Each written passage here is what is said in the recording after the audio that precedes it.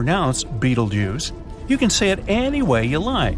There are as many different pronunciations out there as there are people who think they know how to pronounce it correctly. Now, supernova 1987A caught astronomers off guard when it lit up the large Magellanic Cloud 100,000-plus light-years away from the Milky Way. That's when attention was turned to a similar star much closer to Earth, Rigel, in the constellation of Orion. Could Rigel surprise us and suddenly go supernova?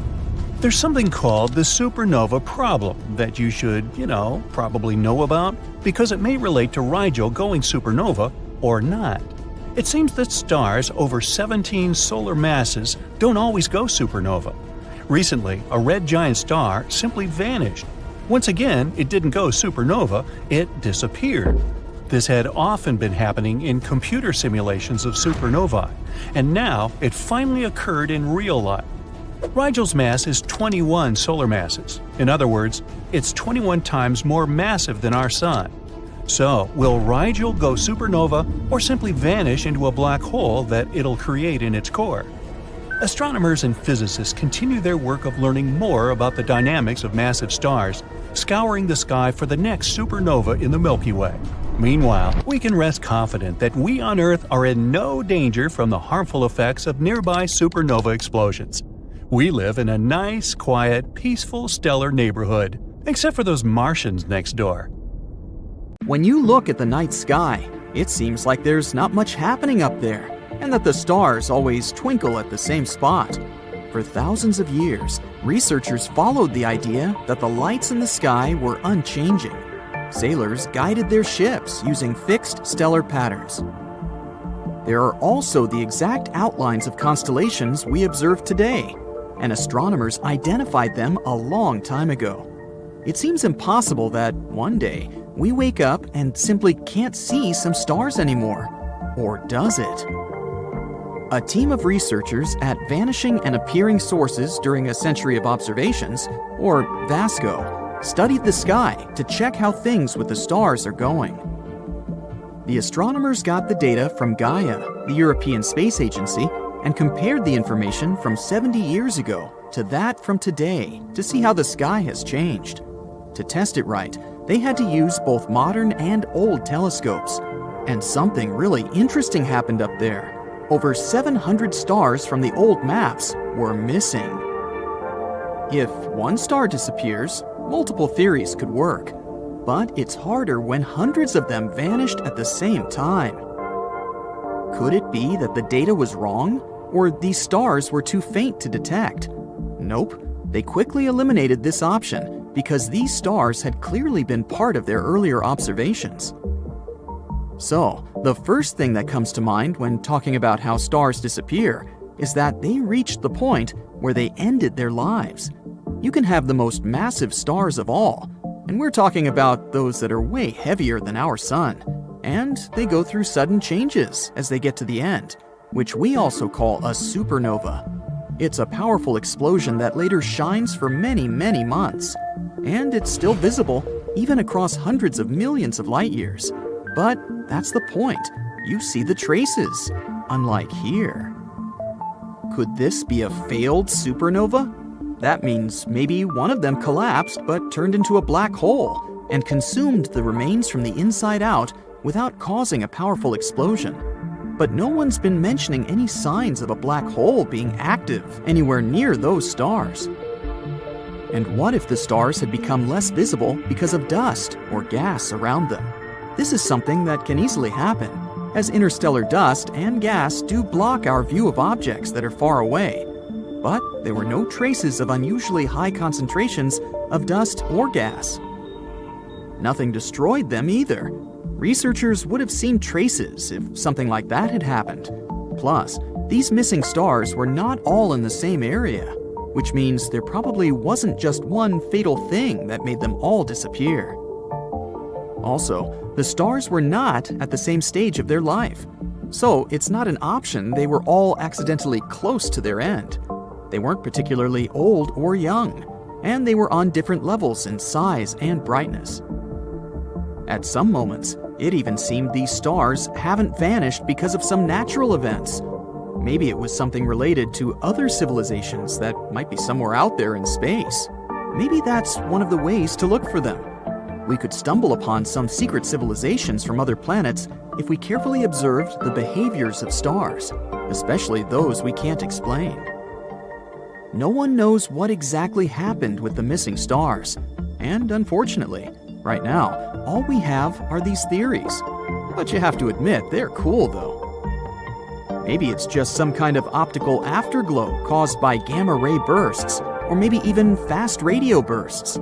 Fast radio bursts are powerful pulses of radio waves. They can release more energy in a couple of thousandths of a second than our giant sun does in almost 100 years. We don't really understand how these energy eruptions work yet, so we don't know what they can do. But still, hundreds of stars at approximately the same time. There are between 100 to 400 billion stars in our galaxy, so we'll probably see some of them disappear too. Hopefully, we'll understand better why such things can happen. Of course, scientists are not sure about this number because we can't see all of the Milky Way stars from our home planet. Some are too faint, some are too far, or even hidden by dust or gas. But they assume these numbers based on the size, shape, and likely mass of the Milky Way. And out of billions of stars, there are a little over 9,000 of them we can see with the naked eye. If you want to see more, you need a good telescope that will reveal those fainter ones your eyes are unable to discern. Many of the stars we see in the night sky are probably not alive anymore. Stars are giant balls of gas that produce light and heat through nuclear fusion in their cores. However, stars also have a limited lifespan, and eventually, they run out of fuel and stop shining. When a star passes, it can either become a white dwarf, neutron star, or black hole, depending on its size. Scientists have discovered that some of the stars we see in the night sky are too old to still be shining. This means that they may have faded, but we are still seeing their light because it takes so long to reach us. Actually, we may be looking at the past when we look up at the stars. Check out all of the stars you can see with your bare eyes. They lie within about 4,000 light years of us. That means what we're seeing are stars that appeared 4,000 years ago. Most of the stars we know of exist within galaxies, which are massive collections of stars, gas, and dust held together by gravity. Still, there are large areas of empty space between galaxies too. And the question is, could they have any stars? It seems that these areas of space are not completely empty. There is still some gas and dust, as well as dark matter, which is a type of matter that we cannot see but we know exists because of its gravitational effects on other objects. Scientists have even discovered a few isolated stars in these areas of space. These stars didn't form there. They ended up there by accident, which means they have probably been ejected from their galaxies by gravitational forces or collisions with other objects. And there could be more of these stars than we realize, but they are simply too dim to be seen from Earth. Stars don't actually twinkle. It's more that we just see it like that from the Earth. It seems like they twinkle because of the turbulent atmosphere of our planet. The light from a star must pass through many layers of the atmosphere. Not every layer is equally dense, so this causes the light to slightly deflect and change in color and intensity. There's one star named Sirius that sometimes twinkles, sparkles, and flashes so much that some people even tend to report it as something extraterrestrial. This is because Sirius is very bright and is often low on the horizon, which means it experiences more of these special effects of the Earth's atmosphere. When in space, astronomers and astronauts who observe stars from there don't see them twinkling. Hey, want to hear something cool? Me, you, your friends, the rest of humanity, we're all made of stardust. The elements that make up human bodies and all life on Earth were formed inside stars. The building blocks of life, such as carbon, nitrogen, and oxygen, were created inside stars and were eventually released into space when the stars were gone. These elements then became part of new stars, planets, and eventually, life on Earth. The iron in our blood was created in the cores of supernovas, which are massive explosions that occur when stars fade. Some say that even the calcium in our teeth and bones is likely to come from exploding stars. The oxygen in our lungs was created in the cores of massive stars before being released into space through supernovas. There's this mysterious thing in space, an unusual spot that scientists haven't been able to explain for more than 15 years. There are different theories, and one of them says that maybe this is an imprint from a collision with a parallel universe. Is this true? Well, let's see. Take a look at this map. This is the map of our universe. Well, not really. This is actually the map of cosmic microwave background radiation, or simply CMB. Many billions of years ago, there was a Big Bang. It was so powerful that it created our entire universe. And, of course, such an event couldn't occur without leaving some consequences. And these consequences are literally everywhere. The Big Bang left electromagnetic radiation, which we know as CMB. We don't notice it in our daily lives, but it's literally here, under our noses. And if you had some kind of superhuman vision, you would see how everything around you shines with this dim light. This radiation is very important. If we hadn't discovered the CMB, we would never have found out about the Big Bang. Previously, scientists believed that the universe had always existed. There was no beginning and there was no end. It sounded pretty ridiculous to us now, but less than a century ago, people were absolutely sure of it. Stephen Hawking was one of the first scientists to guess that the universe did, in fact, have a beginning. The guy was so cool that he realized this as a student while working on his doctoral dissertation. But unfortunately, he had no proof. If there was such a strong bang billions of years ago, then where are the traces? Where's the proof? Laughed people who believed in the eternal static universe theory. But don't worry. They had the proof rubbed in their faces real soon. In 1965, astronomers Arno Pienzas and Robert Wilson discovered CMB, and that was the first grandiose proof of the Big Bang. It turned out that radiation was everywhere. We just didn't notice it. In fact, at first, Pienzas and Wilson themselves mistook it for the noise of a big city, or pigeons, or something else. For their discovery, which turned the world of science upside down, they received the Nobel Prize. Alright, so people learned that they were surrounded by electromagnetic radiation. Then they started collecting more data about it. They accumulated more and more info over the years until they made this very map. This is a map of CMB temperatures. But while creating it, scientists discovered something unusual. Let's take a look at this map. It looks like a large and diverse pattern of cold and warm places. But in reality, our universe is quite uniform. All temperatures on this map are close to -455 degrees Fahrenheit with very little difference.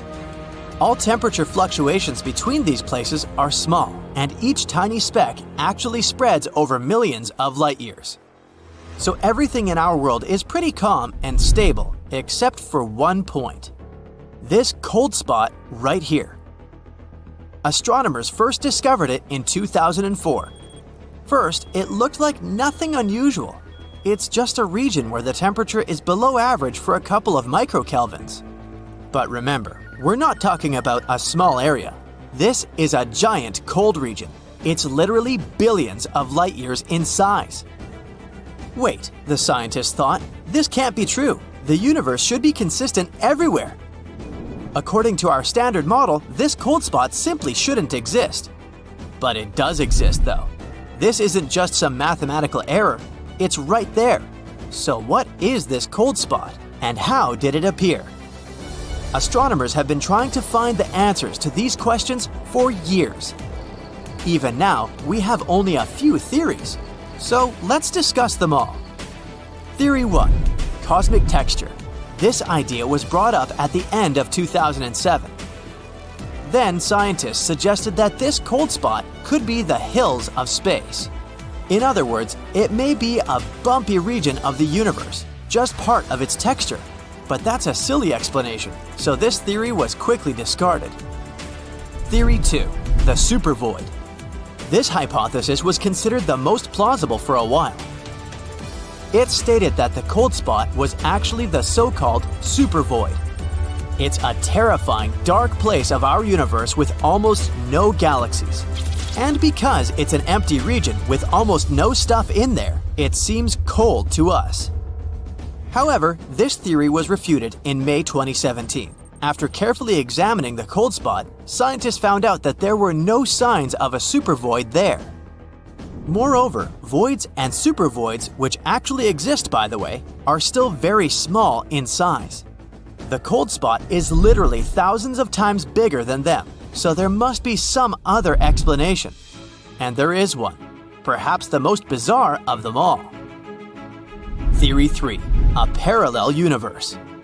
This controversial idea was put forward by cosmologist and theoretical physicist Laura Mersini-Houghton.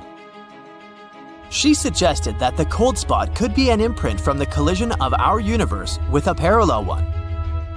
Standard cosmology cannot explain such a giant cosmic hole, says Mersini-Houghton. This is the unmistakable imprint of another universe beyond the edge of our own. Her assumption is based on the theory of the multiverse. This theory says that there's actually an infinite number of universes like ours in the world. They constantly collide with each other, giving each other a push which creates a new Big Bang. So maybe the cold spot is a bruise from such a collision. For quantum mechanics, such crazy theories are pretty common, but for standard physics and our simple understanding of the world, this is earth-shattering. Of course, we need strong evidence. And Mersini-Houghton's team has begun to work on it. Professor Tom Shanks from the Center for Extragalactic Astronomy at Durham University also participates in this research. The craziest sounding of the exotic models for the explanation of the cold spot, the multiverse is actually the most standard in terms of our current model of the universe, he wrote in one of his works. So, what evidence do we need? Well, our cold spot is located in the southern hemisphere. According to Shanks, if there really was a collision between two universes, we should find another cold spot, and it should be in the opposite northern hemisphere. If astronomers actually found it, this theory would be confirmed, and it'd become the first proof of the existence of a parallel universe. But it's not that easy. To find a second spot, we need the latest, highly sensitive telescopes. We also need to find out some info about the nature of dark energy, how it affects space, and, in other words, there's still a lot of work to do. Not so long ago, scientists actually believed they had discovered the second spot. Researchers from New Mexico thought they had found it in the northern hemisphere. But unfortunately, this is likely to be a mistake. The map these researchers used had a high measure of randomness, so it's possible that their discovery is just an accident caused by other voids. So basically, we haven't found another cold spot so far despite careful analysis. But again, even the best modern equipment is not perfect, and it doesn't mean that there's no second spot.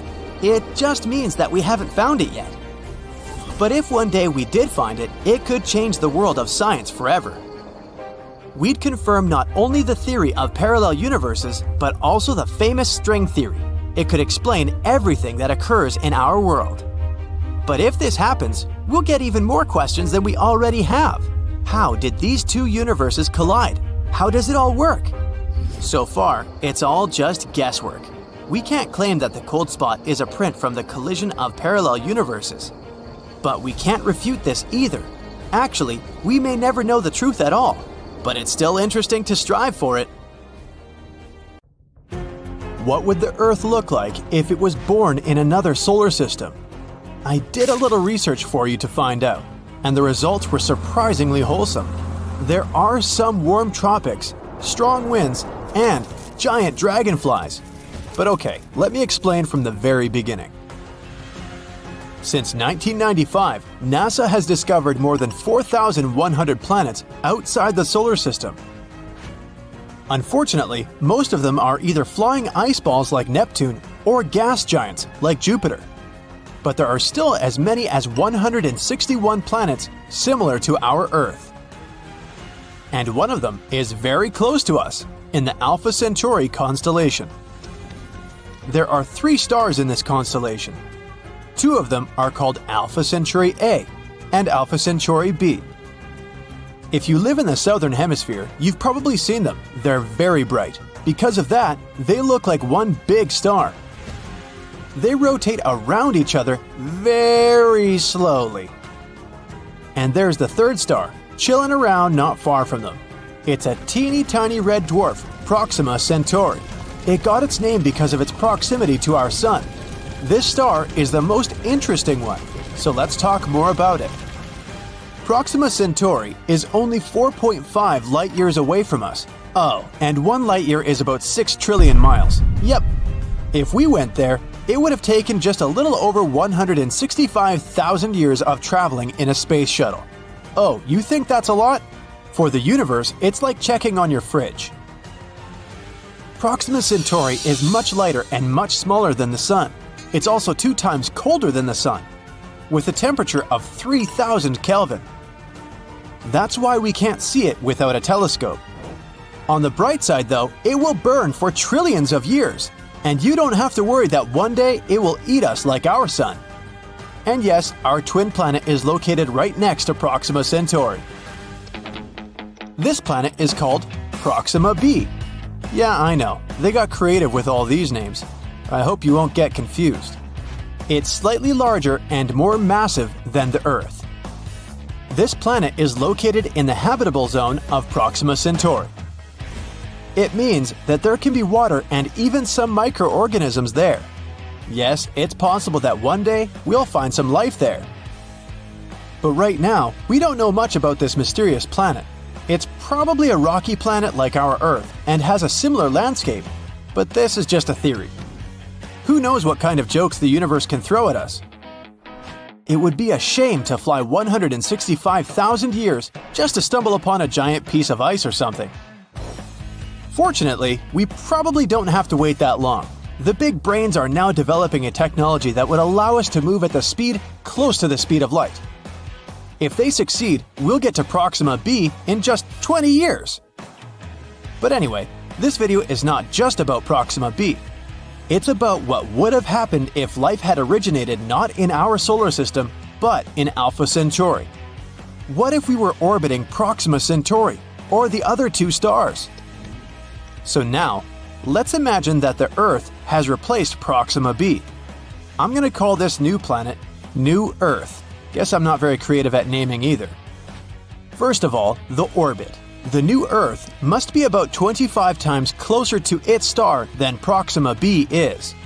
Otherwise, it would be unimaginably cold. Let's move the planet a little closer. Excellent. The day still lasts 24 hours, but our orbital period is very high. Proxima b revolves around its star in 11 days. But we'll make it in just 8. Hey, a birthday party every week? Sign me up. Oh, hold on. There's another problem. You see, Proxima Centauri is a flare star. This means that sometimes, just out of nowhere, it throws out some stellar winds. These winds carry around a bunch of ionized particles, which then settle on the planets. Yeah, our Sun also does that, but Proxima Centauri tries to finish us off 2,000 times harder than our Sun, so the radiation levels are off the scale, to say the least.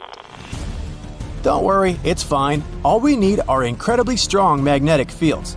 They will help us create a very thick atmosphere that can protect us from the Proxima Centauri's tantrums. So now it's going to be very warm. Or not. Another problem. Scientists are still not sure how exactly Proxima Centauri's planets rotate around it. What if they turn out to be tidally locked, like our Moon? Then one half of the new Earth will be a frying pan, and the other half will be some frosty deserts. Oh, it's fine, we'll just settle down somewhere in the middle. Didn't expect that I would ever say this, but it will definitely be warm at the North Pole. And if we're lucky with the rotation, we'll just get a cozy, warm planet. The average temperature is about 70 degrees Fahrenheit, and there aren't any extreme temperatures. On the new Earth, we have much more water. The weather is generally pretty crazy, some very strong winds and quite destructive rains that can go on for quite a long time, but you can adapt. Temperature changes are much more noticeable in the mountains. Just like on Earth, the higher you climb, the colder it gets, except it's very cold right here at the top. Because of this, the mountains and hills have jungles below and snow-covered deserts on the tops. But in general, it's almost like the Earth's tropics. The flora is very rich, the trees are very low but lush. The thick atmosphere also makes flying easier, so there are a lot of large flying animals, like dragonflies with a wingspan of 16 feet. Moving on. The sky here is much lighter than that on Earth and very cloudy. Sometimes it may seem completely white. But the starry night is beautiful and bright. There are 4 suns. Our main one is Proxima Centauri. We can also see 2 bright Alpha Centauri stars. And finally, our old sun, which looks like a bright, distant star. I'll allow you to shed a tear for the old Earth. There's a few planets near us, like Proxima Centauri c. The host star is surrounded by 2 belts of cosmic dust, so get ready for some gorgeous, colorful night views. So what we have in the end is a little crazy, but a beautiful green planet. I personally wouldn't mind moving there already. What about you? Write in the comments. Alright, so now we know what would have happened if our Earth had been born near Proxima Centauri. What about the other 2 stars? Unfortunately, we won't be able to rotate near 2 stars at the same time. Scientists suspect that Alpha Centauri A and B have some kind of common planet that jumps from one orbit to another, but it's probably very cold. Let's choose Alpha Centauri A. Just like on the new Earth, here our average temperatures are about 70 degrees Fahrenheit, but now the temperature variation is quite large. It goes from negative 100 degrees Fahrenheit at the South Pole to 113 degrees Fahrenheit at the equator. We'll be fine close to the north. The day is still 24 hours, and the orbital period is 1 year and 1 month. It's almost the same for the Alpha Centauri B, but the orbital period is about half a year. Other conditions are very similar to those on Earth. Changes in the seasons are almost not noticeable. The temperatures don't change much either. No matter where we settle down, the neighboring star will be clearly visible, but we probably won't see Proxima Centauri. And that's about it. Of course, all this assumes perfect conditions. Just like on Earth, one slightest change, whether it's a thin atmosphere or a bigger distance from the star, and it won't end well. We got really lucky with our Earth. But even so, the chances of finding a habitable planet are very high. Even with the tiniest possibility, there will be about 15 million planets in our universe that we can find life on. You're traveling through deep space, circling stars and entire galaxies. Whoa, looks like this multicolored nebula will soon collapse under its own weight and explode like a supernova. Now let's carefully circle this black hole. Try not to get caught in its gravitational field, or it'll swallow you like a space monster. Wait, what's that strange structure right there? It's a glowing wall. And if you look closely, each glowing dot is an entire galaxy. That wall has about 100,000 of these galaxies. The Milky Way has 100 billion stars. So this wall holds a quadrillion, that's 10 followed by 15 zeros, of stars like our sun. This giant structure is called the South Pole Wall. It's located about 500 million light-years from Earth. By comparison, the closest star to our home is Proxima Centauri, and it's about 4.2 light-years away. Rockets can cover that distance in about 73,000 years. So the journey to the South Pole Wall may take longer than our solar system exists. And this wall is simply gigantic, even on a cosmic scale. It's about 1.37 billion light-years long. To give you an idea of how large that is, the Milky Way is only 100,000 light-years wide. But you can't see this wall even with the most powerful telescope. The problem is that the Milky Way itself obstructs your view. It's so bright that it's hiding this wall. It's like trying to look at the starry sky in a metropolis. The light pollution won't let you do that. Scientists have been able to detect this galactic wall by measuring redshift. We know that all objects in the universe are moving. They spread out from each other as a result of the Big Bang, which happened billions of years ago. And when galaxies move, their light waves change slightly.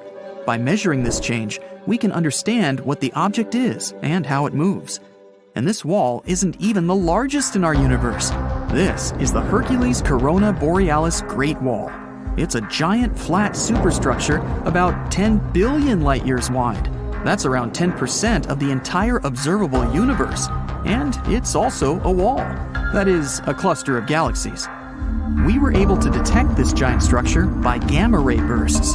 It's the brightest electromagnetic event in the universe.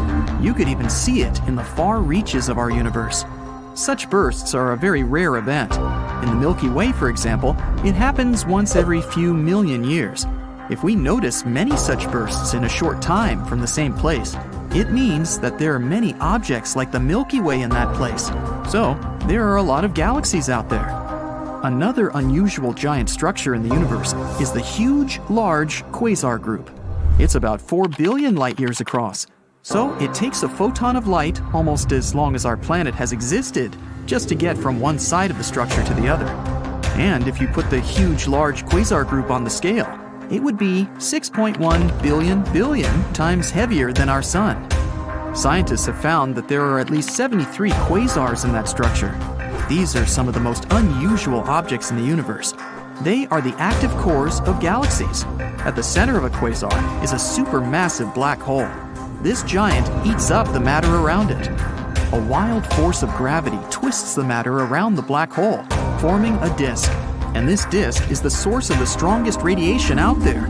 By comparison, the radiation from a single quasar is tens or hundreds of times stronger than that of all the stars in our galaxy put together. Because of such strong radiation, we can detect quasars, even at very long distances. That's why they're also called beacons of the universe. Scientists use quasars to study the universe and the movement within it. One of the most distant quasars from us is about 13.1 billion light-years away. This makes it one of the oldest objects in the universe. It appeared about 690 million years after the Big Bang, and it's almost 3 times older than our solar system. It's still glowing with extreme brightness, about 4 and 14 zeros times brighter than the Sun. Scientists explain that at the center of the giant is a supermassive black hole, 800 million times heavier than the Sun. All these giant structures are just building blocks of our universe. Look, this is our solar system. Now, zoom out a little, and this is where our home star is in the Milky Way galaxy. Zoom out again. Here's a local group of galaxies. All the bright spots here are galaxies. Here's Andromeda, and here's the Triangulum galaxy, plus a few dozen other slightly smaller galaxies. They're all gravitationally connected. The size of this structure is about 10 million light-years. That's 100 times the width of our galaxy. Zoom out, please. This one is the Virgo supercluster. It's 20 times larger than the local group.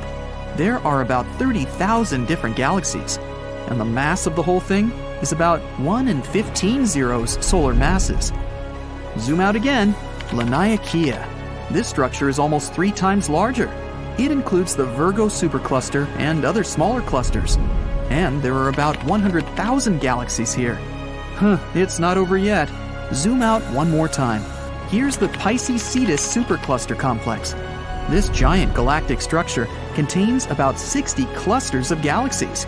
So there are more galaxies in it than grains of sand in the desert. You know what to do. Zoom out! Phew! This is the observable universe. There are over 500 billion galaxies. And the stars? Well, there are about 1 billion trillion stars. The observable universe has its own structure. Clusters of galaxies form chains and walls, as you've seen before. But these strands are separated by huge regions of absolute emptiness. These areas are called voids. In these places, there is no matter at all. There are fewer molecules in the voids than in an empty room. One of these voids has a very mystical reputation. It's the Eridanus supervoid, or the cold spot. It appeared here only 380,000 years after the Big Bang. It's almost 1 billion light-years wide and could hold hundreds or thousands of galaxies with trillions of stars. Some scientists believe that this cold spot may have been the result of the largest collision ever, a collision of universes. There's a theory that our universe is some kind of bubble, a huge sphere that contains all these walls and chains of galaxies. Now imagine that there's an infinite number of these bubbles. They could be parallel worlds or different universes. Many years ago, one bubble came close to the bubble of our universe. Their walls touched, and the two universes connected for a while. It's like two drops of water coming together. But that universe kept moving. The area where the bubbles joined became thinner and thinner until that connection broke, and the two bubbles detached from each other. At this point, the second universe ripped some of the material out of our bubble. All those galaxies that used to fill the Eridanus supervoid ended up in a parallel universe. Scientists supposed we might travel through other bubbles. Flying to the supposed wall of our universe would take forever, and then it would take even longer to fly through interuniversal space. So we have to use portals, or wormholes. Here's how it works. Imagine a piece of paper with point A on one side and point B on the other. Instead of moving all the way across the sheet of paper, we just fold the sheet so that point A is right above point B. All that's left to do is make a small hole, and the journey takes only moments. Some scientists believe that such shortcuts through universes lie inside black holes. But how do you survive falling into a black hole? You just have to pick one that's big enough. It's all about gravity. Imagine you're falling into a black hole right now. The closer you get to it, the stronger effect it has on you. It intensifies with every inch. At one point, the gravitational force that affects your head is much stronger than the one that affects your feet. Then you turn into spaghetti. Yum. But if you choose a supermassive black hole, like the ones at the centers of galaxies, the gravitational force in them increases gradually. They can be millions of times heavier than the sun and much bigger, but the gravitational force on your head and your feet will be almost equal, and you will still feel comfortable. Who knows? Maybe if you manage to survive a fall into such a massive black hole, you'd find yourself in a completely different universe where different laws of physics apply. But so far, this is just a theory. Earth's magnetic field hides a fascinating story. It turns out that it's getting weaker day by day. In fact, it's been doing so for the last 3,000 years. And if this trend continues, we could be in for some trouble within a millennium. What's the big deal? Well, picture this. Magnetic north becomes south, and vice versa. Pretty wild, right? When this happens, our planet's protective magnetic shield might weaken, allowing more cosmic rays to hit us.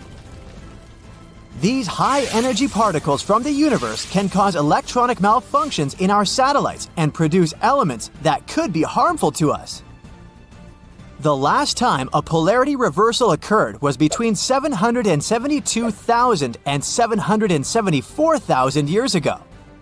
Thankfully, humanity has some pretty smart people on the case who are investigating the history of Earth's magnetic field. They take cores of sediments from the seafloor and study the magnetization of fossils to figure out when these reversals occurred in the past and when they might happen again. Another group of researchers is studying the South Atlantic Anomaly, SAA, a vast region of Earth's magnetic field that is about 3 times weaker than the field at the poles. Using data from multiple satellites, they are trying to figure out what's causing the SAA and how it might change in the future. This could give us a glimpse into how a weakened magnetic field can affect our satellites and our planet. Sure, our generation won't be here to witness these changes, but it does make you wonder what that planet might look like upside down. Magnetically, that is. NASA's astronomers have also announced that in 4 billion years, the Milky Way galaxy is going to get a major glow-up. After a cosmic collision that will shake things up, I'm not talking about a small fender bender here. I'm talking about a titanic collision with our neighboring Andromeda galaxy. Humanity will have to hold on to its space helmet for this one, because the sun might get flung into a new region of the galaxy.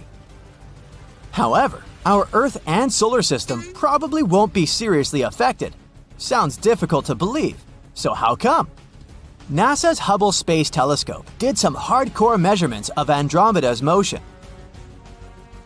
Although the galaxies will plow into each other, the stars inside each galaxy are so far apart that they won't collide with other stars during the encounter. However, the stars will be thrown into different orbits around their new galactic centers. According to simulations, our solar system will probably be tossed much farther from the galactic core than it is today. Set your telescopes aside. You don't need to start counting down the years. This event is likely scheduled in about 4 billion years, so chances for us to witness it are 0. Saturn is losing its rings. Thankfully, we won't be here to witness this sad event either. Apparently, the rings are being pulled into Saturn as a dusty rain of ice particles, all under the influence of Saturn's magnetic field. According to NASA's research, the ring rain is draining an amount of water products that could fill an Olympic-sized swimming pool from Saturn's rings every half an hour.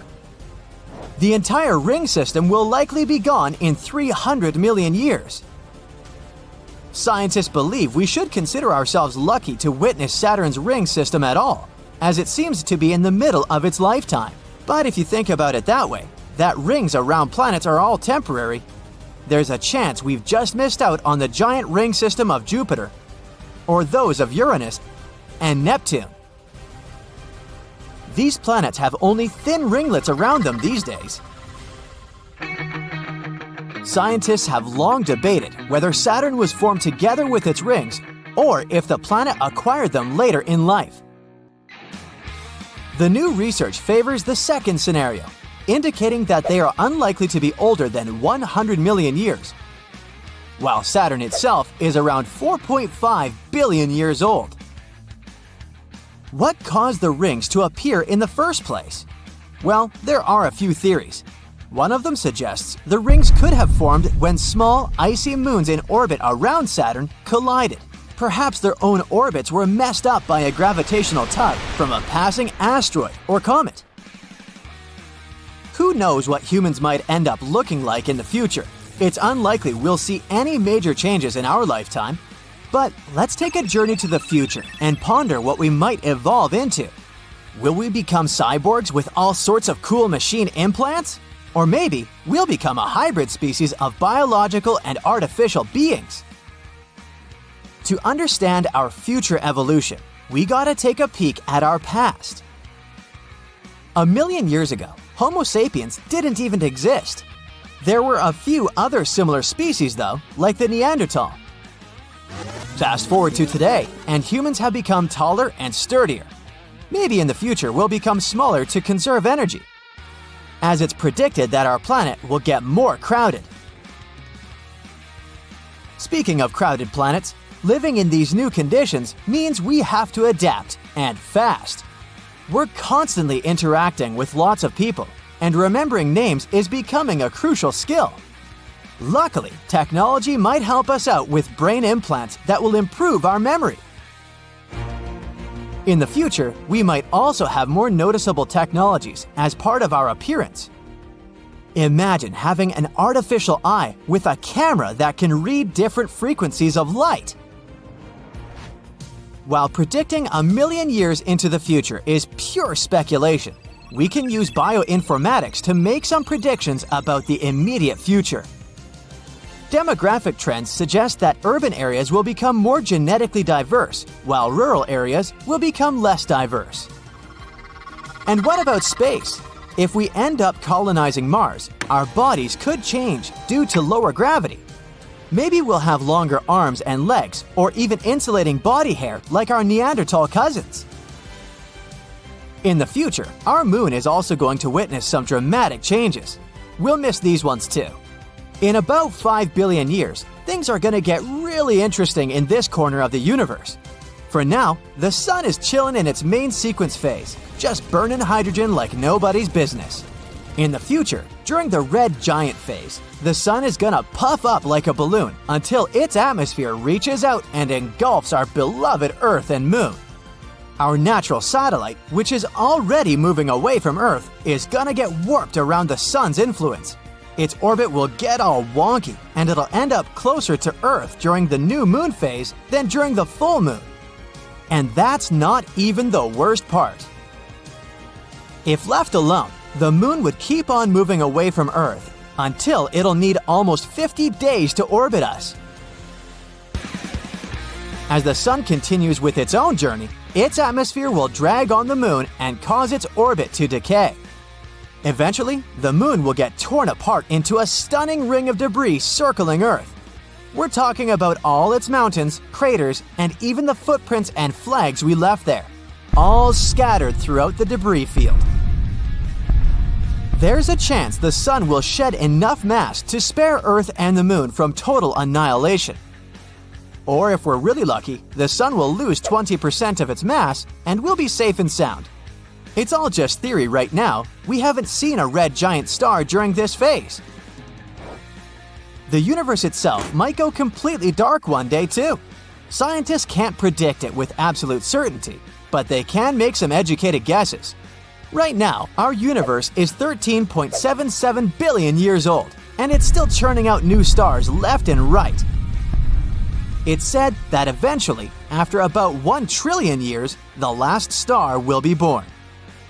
That final star will be a little guy, a red dwarf, just a fraction the size of our sun. These stars are champs at living long lives, slowly sipping on hydrogen to keep their fusion reactions going. But even they can't last forever. Fast forward about 100 trillion years, and the last light will go out. The universe will be dark and lonely, but thankfully, we won't be here to watch it all fade away. The universe is not static. It evolves all the time and grows in all directions. It's expanding, and scientists found this out almost a century ago. And it's not at a stable rate. The more time goes by, the faster the universe expands. As this happens, stars, planets, and galaxies move farther and farther apart, which leaves more space between them. If that's the case, the universe is supposed to become colder as it expands, right? After all, it was a lot denser when the Big Bang happened, and a lot hotter. As it was expanding, space was cooling down, which created conditions for planets, stars, and other space objects to form. Yeah, that's not exactly the case now. Scientists were surprised to hear it too. But our universe is actually getting hotter. They observed the temperature of cosmic gas farther away from our home planet compared to young gases closer to the Earth. Since we measure distance in space by light years, farther areas are like going back to the past, and regions closer to us are like observing the present day. They found out the temperature of a gas in space has gone up more than 10 times in the last 10 billion years. Now, the temperature of the cosmic gas that's spread all across the universe can get to around 4 million degrees Fahrenheit. Wow! As the universe expands, gravitational force does its part and pulls gas and dark matter together. It's doing some pretty hard work there. It creates galaxies and clusters of galaxies out of them.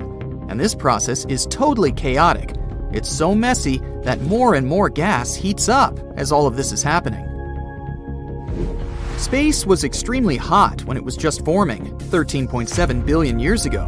What if it gets warm like that once again? Scientists are observing the situation. They found out the temperature in space increased by measuring cosmic gases using something called redshift. They generally use this method when they want to see how far away some space objects are. Those that are closer to us have shorter light wavelengths. The farther some object is, the longer its light wavelengths are. And they can now determine the temperature of a certain object from its light. On average, space is a pretty cold place. The glow that's left from the Big Bang is called the CMB, which is short for the cosmic microwave background. It's so powerful and intense, it bathes the entire universe in light. It's the only thing that significantly heats up matter. But there are many smaller mechanisms that help to heat up matter in the universe, and they could go crazy if space warms up. Like stars. They emit radiation that affects nearby dust and gas. They radiate throughout the far infrared too. When a star is at its early stage, the radiation coming from it forms protoplanetary structures that look like disks. They primarily form in a single plane, and a bright central star produces spectacularly illuminated gas, and there are blue reflections of this gas. It was like that with our planetary system too. Strong energy and gravitational forces cause collisions, dust, and gas in an uncontrolled vortex that's forming planets. That's why most planets in our solar system orbit in the same direction. That's the direction this giant whirlpool was spinning a long time ago too. Active stars, colliding galaxies, stellar cataclysms, black holes, neutron stars. The universe has so many sources of energy. And when you surround normal matter in space with such an energetic environment, it heats up drastically. When you heat something up, it radiates that energy away in a certain way. In most cases, galaxies have just a couple of areas where stars are forming, at regions where gas is collapsing. A bubble that surrounds that area contains ionized hydrogen. 3/4 of our sun is hydrogen. Thanks to that hydrogen, the sun keeps us warm. In its core, hydrogen transforms into helium and causes atomic fusion. Yep, that's how our sun releases its energy. Radiation heats all that gas to thousands and thousands of degrees. At the same time, it ionizes a large number of atoms and molecules, which basically means it turns them into ions. Atoms are neutral particles, and ions are either negatively or positively charged particles. If the universe heats up, our sun might too. If its temperature hits 30,000 degrees Kelvin, it could become hot enough to ionize all those materials it had previously ejected, and it could create a real planetary nebula. This would be a nebula in the shape of a ring that forms because of an expanding gas that surrounds an aging star. As the temperature goes up all the time, hydrogen ionizes. At a few thousand degrees, this could turn the nebulae in our solar system pink with emission lines. Our sun could come to its end if it reaches the temperature of 50,000 degrees Kelvin. If you could float in space and come closer, you'd see it glow in eerie green tones because of doubly ionized oxygen. Higher energy phenomena make more galaxies collide. This heats gas even more and eventually results in X-ray emissions. What about black holes and radiating neutron stars? When they go crazy, they can shape whole galaxies, and who knows what more. Maybe we'd have more masers too. Those are natural lasers our universe produces. They arise when big populations of molecules receive large amounts of energy. By now, scientists have found the strongest, yet the most distant maser. So powerful, it's more luminous than the light 6,000 suns would produce, and in just one emission line. Maybe then we'd discover even stronger masers. That's in the case that we're even going to be here at all. Because as the universe is getting hotter, cosmic radiation is getting stronger. Not so good for life on Earth. Increased cosmic radiation could harm us. Who knows if life would even be possible on Earth in that case, or if the powerful gravitational force would pull our home planet too, and crash it into another one. But maybe life as we know it wouldn't completely disappear. Or, if that happened, it could possibly somehow find its way once again, maybe in the distant future. There's a possibility our universe could support life at its early stages. Doesn't look like that when you think of the chaos the Big Bang caused, right? But that was only in its mere beginnings.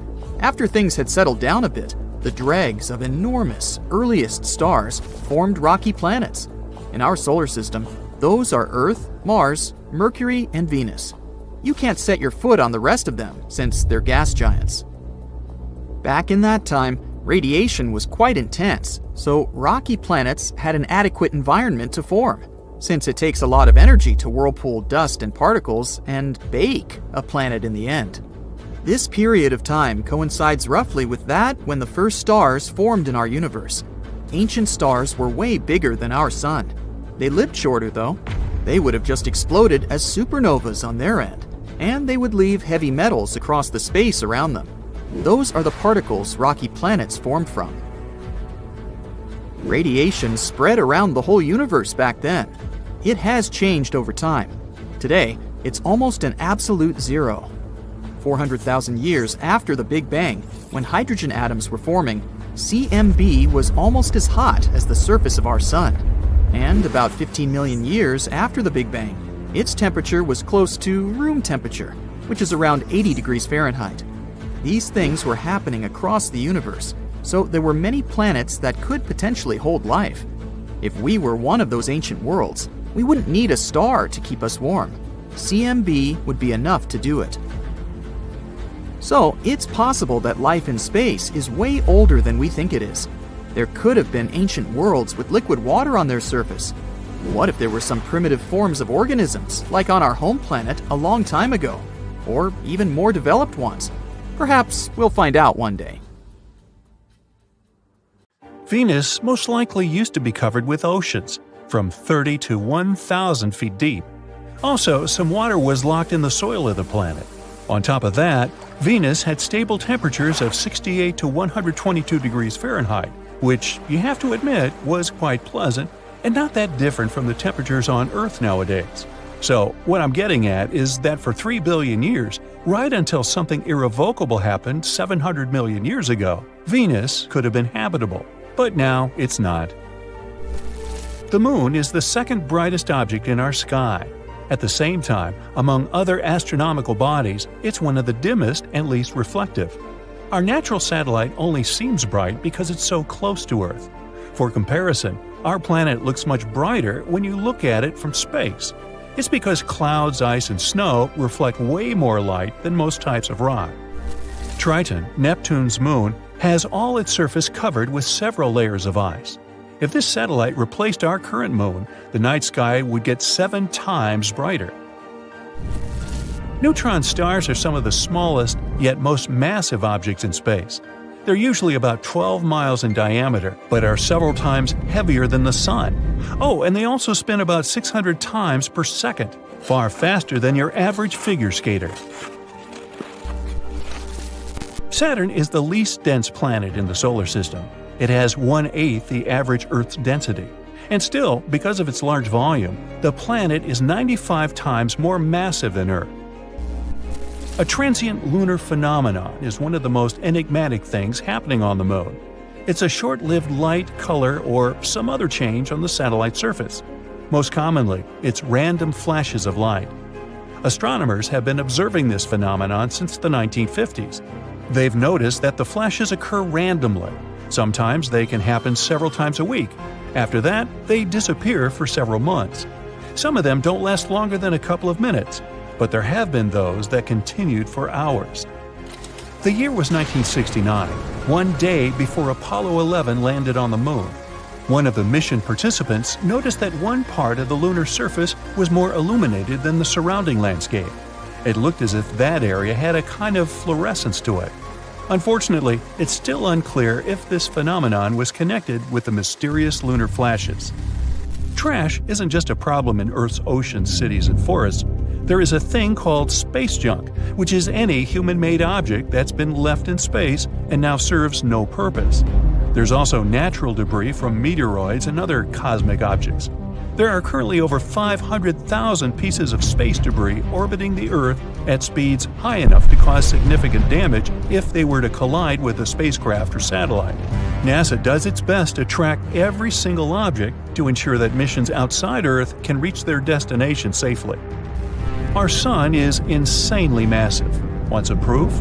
99.86% of all the mass in the solar system is the mass of the Sun. In particular, the hydrogen and helium it's made of. The remaining 0.14% is mostly the mass of the solar system's 8 planets. The Sun's temperature is hotter than the surface of a star. The surface temperature reaches 10,000 degrees Fahrenheit, but the upper atmosphere heats up to millions of degrees. If someone could dig a tunnel straight into the center of the planet and out the opposite side, and you were adventurous enough to jump into it, it would take you 42 minutes to fall to the other side. You'd speed up as you fell, reaching maximum speed by the time you reached Earth's core. After the halfway point, you would then fall upwards, getting slower and slower. By the time you reached the opposite surface, your speed would be back to zero. Unless you managed to climb out of the hole, you'd immediately start falling again, back down or up to the other side of the planet. This trip would go on forever, all thanks to the weird effects of gravity. Hey, might be a fun way to spend an afternoon. There might be more metals, for example, titanium or iron, in lunar craters than astronomers used to think. The main problem with this finding? It contradicts the main theory about how the moon was formed. That theory says that Earth's natural satellite was spun off from our planet after a collision with a massive space object. But then, why does Earth's metal-poor crust have much less iron oxide than the moon's? It might mean the moon was formed from the material lying much deeper inside our planet. Or these metals could have appeared when the molten lunar surface was slowly cooling down. Or maybe, as they've been saying for centuries, it's made of green cheese. Earth could have been purple before it turned blue and green. One scientist has a theory that a substance existed in ancient microbes before chlorophyll. That thing that makes plants green evolved on Earth. This substance reflected sunlight in red and violet colors, which combined to make purple. If true, the young Earth may have been teeming with strange purple-colored critters before all the green stuff appeared. The highest mountain in the solar system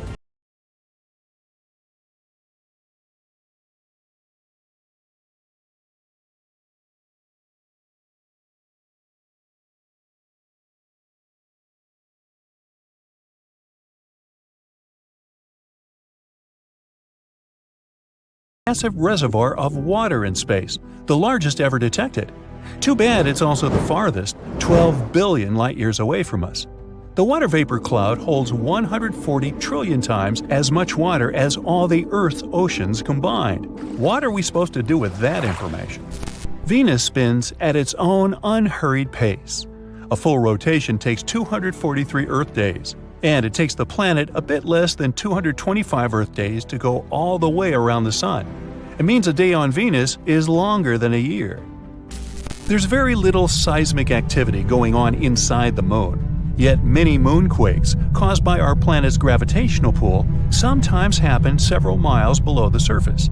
After that, tiny cracks and fissures appear in the satellite surface, and gases escape through them. Hey, they sometimes escape from me, too. Now, Mars is the last of the inner planets, which are also called terrestrial since they're made up of rocks and metals. The red planet has a core made mostly of iron, nickel, and sulfur. It's between 900 and 1200 miles across. The core doesn't move. That's why Mars lacks a planet-wide magnetic field. The weak magnetic field it has is just 1/100% of the Earth's. When the planets in the solar system were just starting to form, Earth didn't have a moon for the longest time. It took 100 million years for our natural satellite to appear.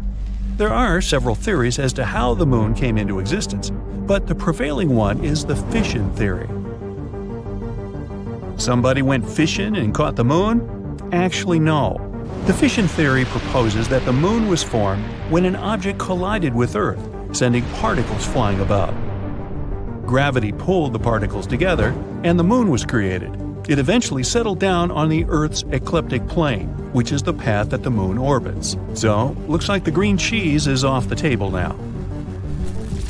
The largest single living thing on Earth turns out to be a mushroom in Oregon.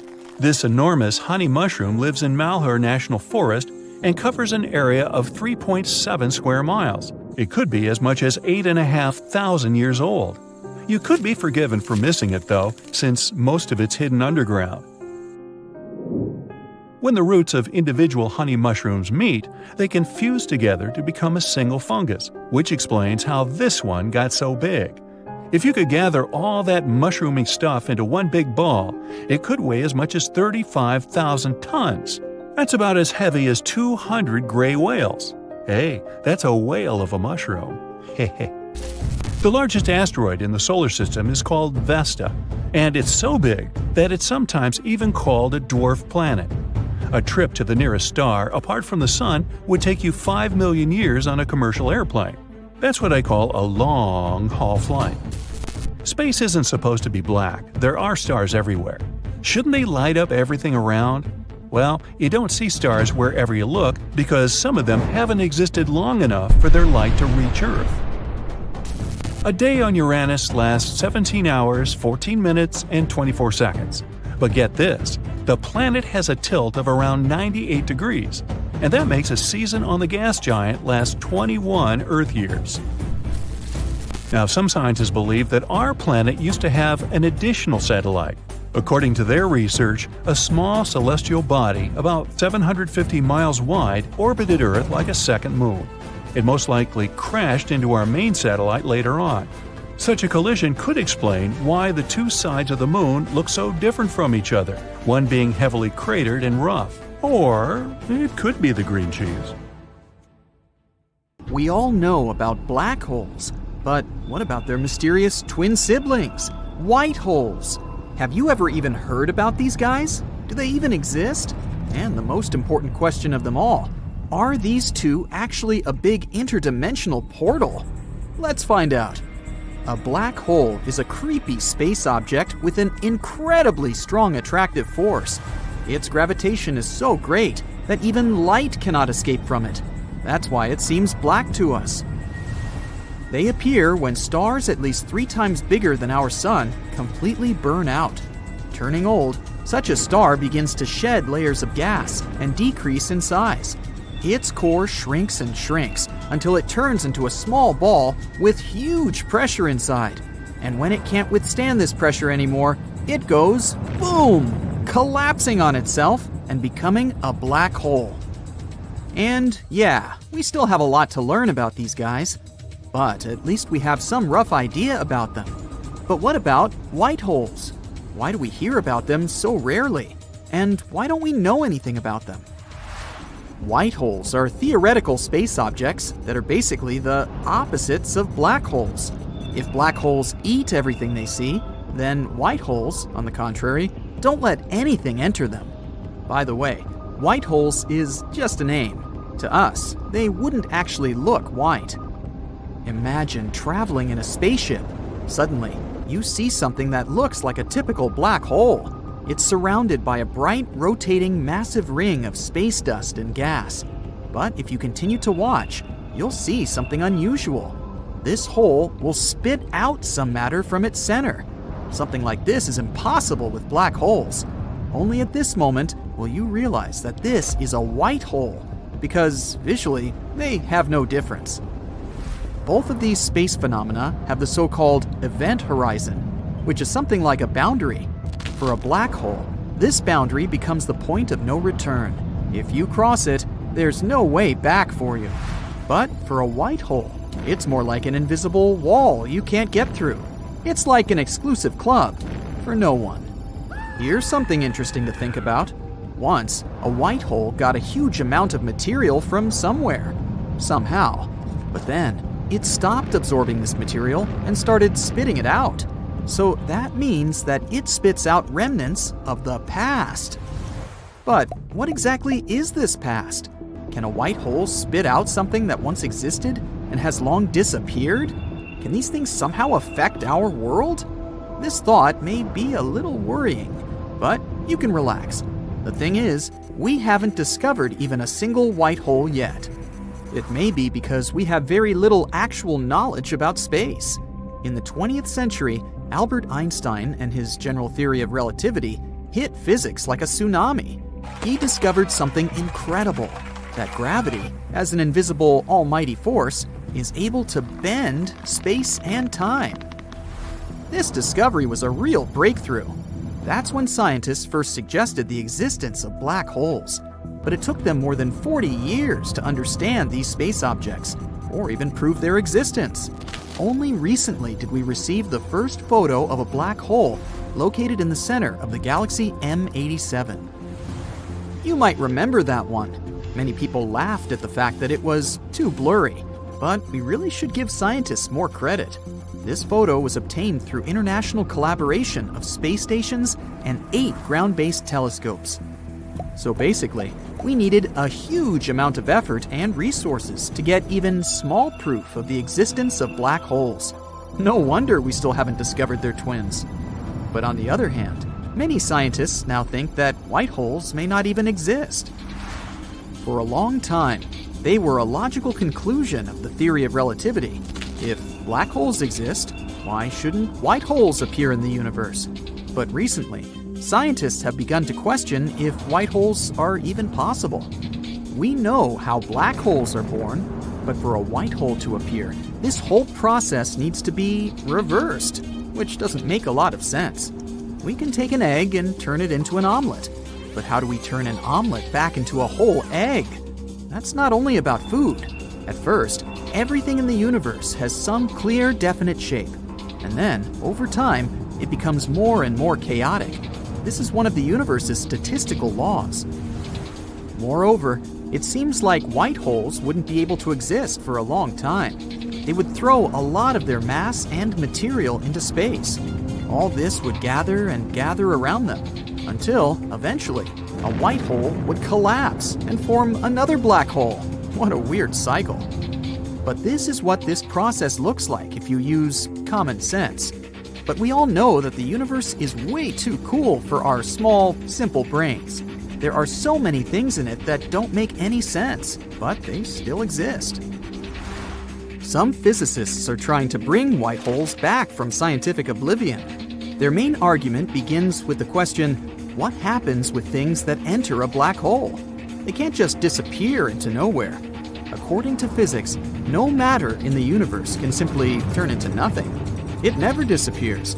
It just changes. So what happens inside a black hole? What happens to a black hole itself when its lifespan expires? And how is a white hole born? As you've probably guessed, these questions may all have one answer. The two holes must be interconnected, and they may even be some sort of portal. For this to be true, we need to violate the equations of general relativity. And we know that Einstein's theory has been considered inviolable for years. But here's a fun fact. We did finally challenge it in 2022. 3 scientists got the Nobel Prize for proving that Einstein wasn't right about many things, and the universe is way more complicated than we thought. In other words, white holes can really exist. They may be kind of crazy and incomprehensible to us, but their existence is still possible. If they did, how would they work? Well, we have a few ideas. For example, some suggest that a white hole could be a child of a black hole. Over time, a black hole could grow old and become very small. Then, the processes taking place in it would cease to obey common sense. Pure quantum randomness would come into play. Yada yada, particles create some madness and chaos, and boom! A black hole turns into a white hole. Such a white hole would be the size of a tiny particle and weigh about as much as a strand of human hair. It wouldn't have the incredible gravitational mass of its ancestor, but it would have its insides. In other words, this white hole would store everything that the black hole swallowed in its previous life. And sooner or later, it would start spitting this information out. If this theory is true, then one day, white holes may begin to dominate our entire universe. This could happen when all the stars burn out and all the black holes dry up. But that's in the most distant future you can imagine. We're talking about trillions of years in the future here. The universe may not even survive for so long. There's also another option.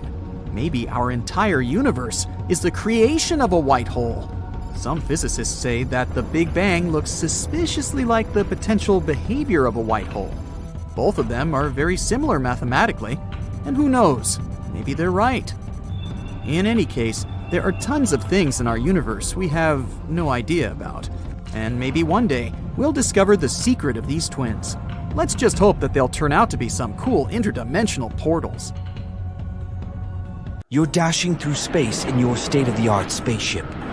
It's the year 3023, and by now people have figured out how to travel at the speed of light. Your equipment works properly and doesn't show anything out of the ordinary, but suddenly, you feel overwhelming pull. You check the region of space you're traveling through and see something that makes your hair stand on end. You're heading straight into the heart of a supermassive black hole. You didn't notice it before because these space monsters have such an immense gravitational pull that even light can't escape their clutches. So they're literally black. What happens next is hard to describe. Time and space are getting warped, and you can't understand what's happening to you and your spaceship. Normally, your story would finish here, but for some unfathomable reason, you survive and are spewed with great force in... Actually, you have no idea where you are. But what you do understand is that a black hole wouldn't let you go so easily.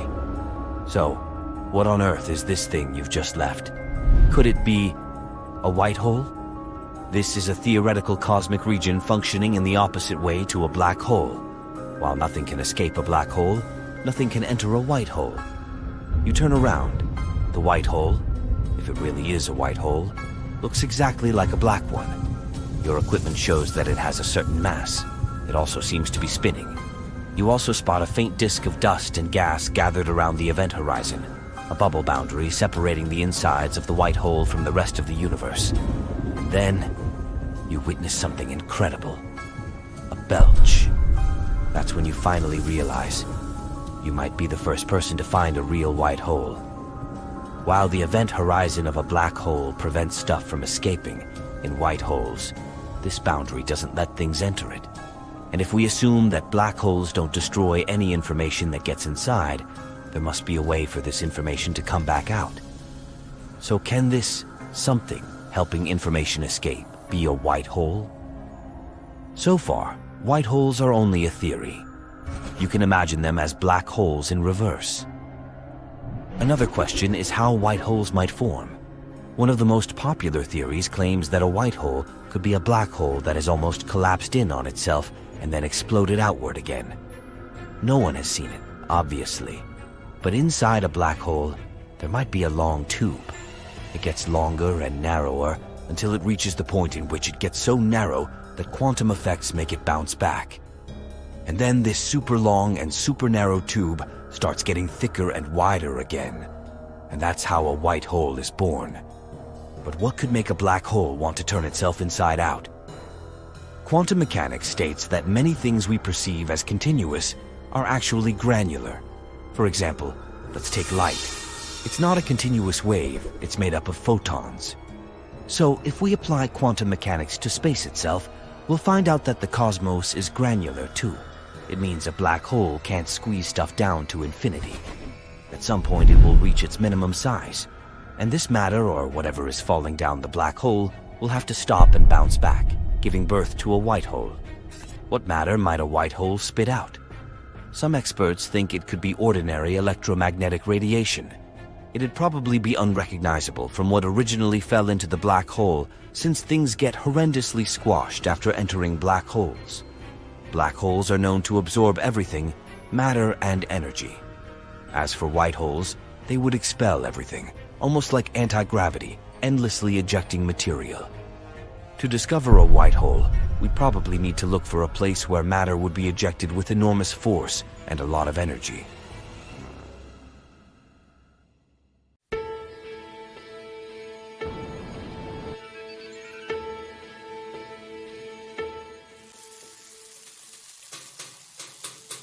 Black holes are like omnivores. They'll eat anything in their way if it gets close enough, including planets, stars, clouds of gas, or some very unfortunate intergalactic travelers. Not that it really gets hungry and goes after space objects, it simply swallows whatever comes nearby. It stretches giant space bodies until they're thin, like spaghetti, and rips them apart atom by atom. A black hole is a huge amount of matter that comes in a very small package. It's like you squeeze a star 10 times bigger and more massive than the sun into a small area with the diameter of New York City. You get an extremely massive, compact, and dense pit with gravity so strong, not even light can escape, not even another black hole. They don't have a fixed point in space. Stars, planets, asteroids, comets, black holes, and everything in the universe is in constant motion. That's why things get so chaotic from time to time. researchers found a giant black hole at the heart of one galaxy being eaten by an even bigger one. A black hole can get extremely big. At the centers of most giant galaxies are black holes that can grow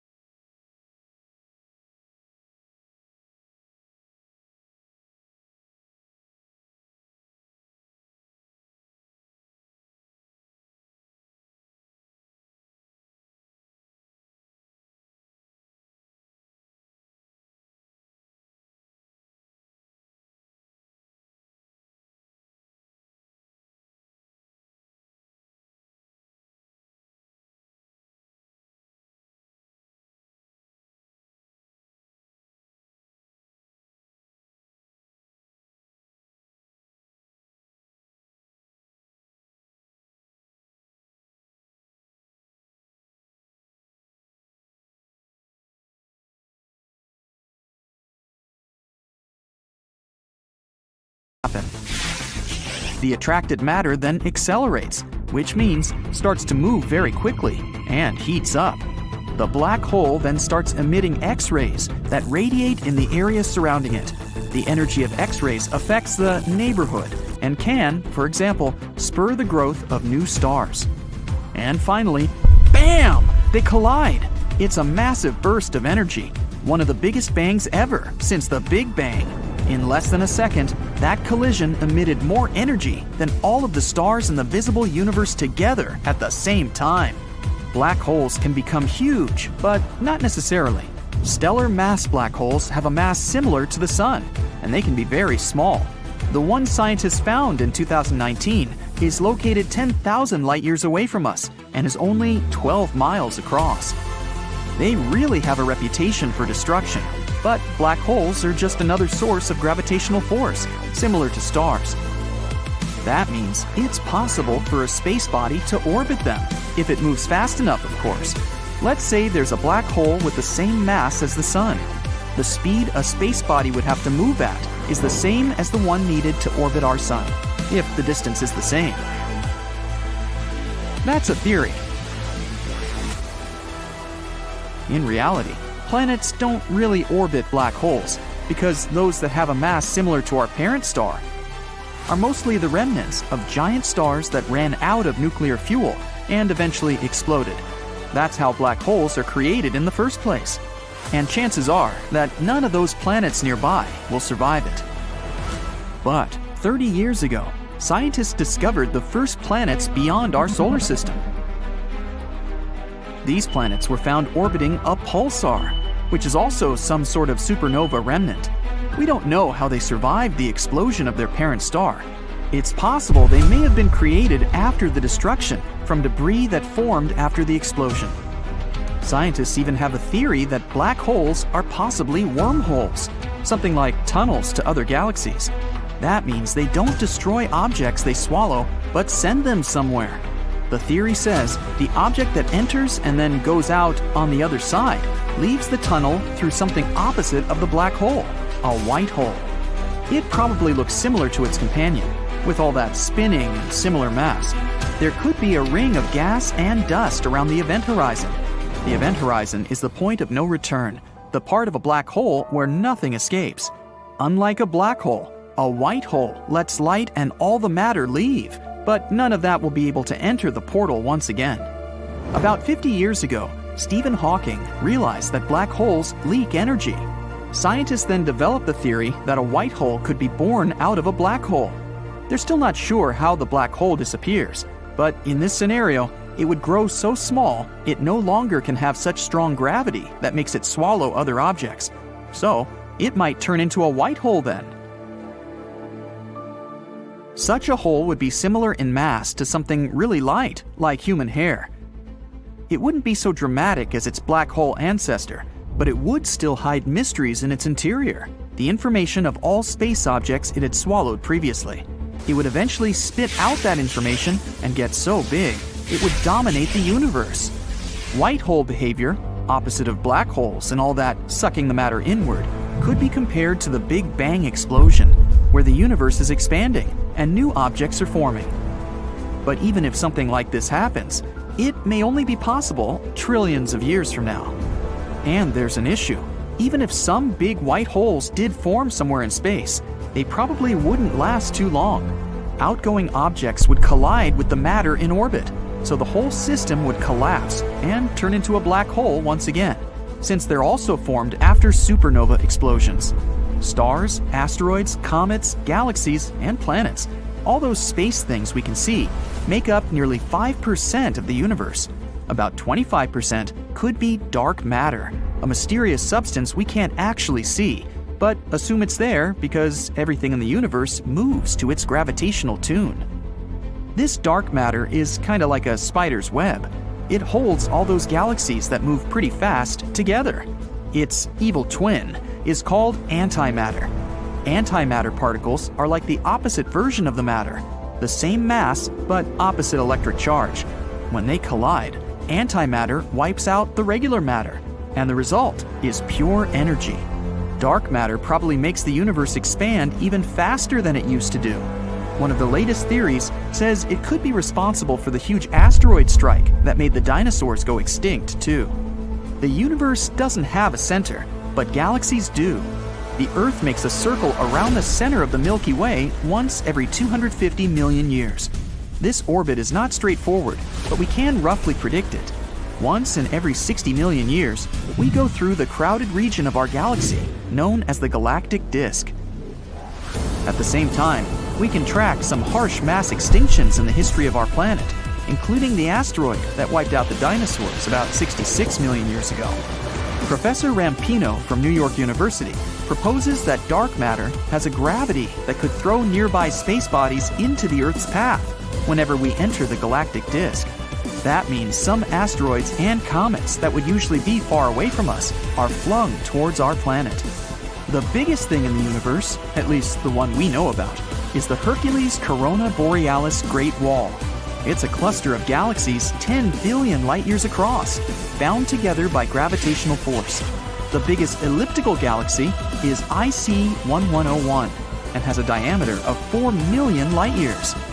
The smallest galaxy, Segway 2, we've discovered so far, has a diameter of a little bit over 220 light-years. It's pretty faint and has only 1,000 stars. For comparison, our galaxy has 100,000 million stars. It orbits the Milky Way.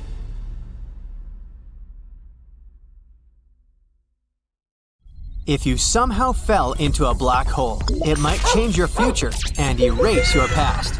Well, at least theoretically. Let's start with the real world we live in. Here on planet Earth, your past can definitely define your future.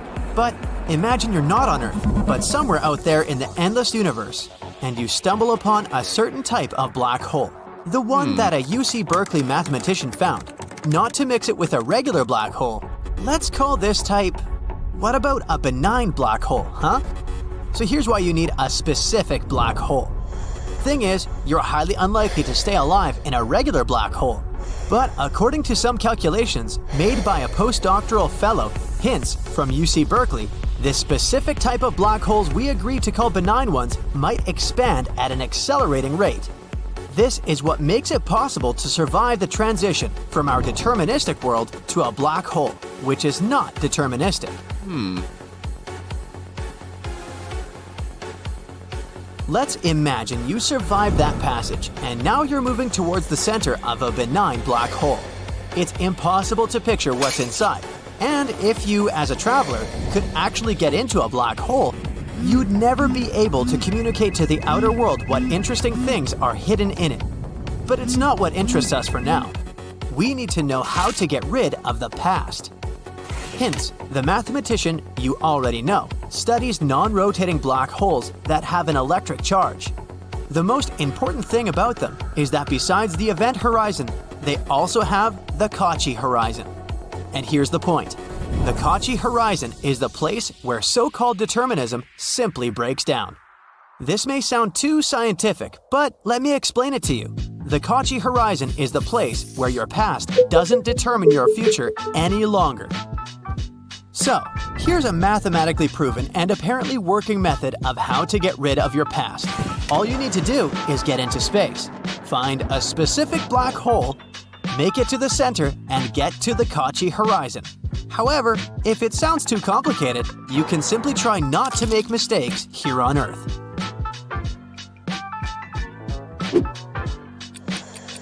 Yeah, ideas like your past gets cancelled, you have an infinite amount of options of how your future will evolve, and all that jazz sounds as unrealistic as they are appealing.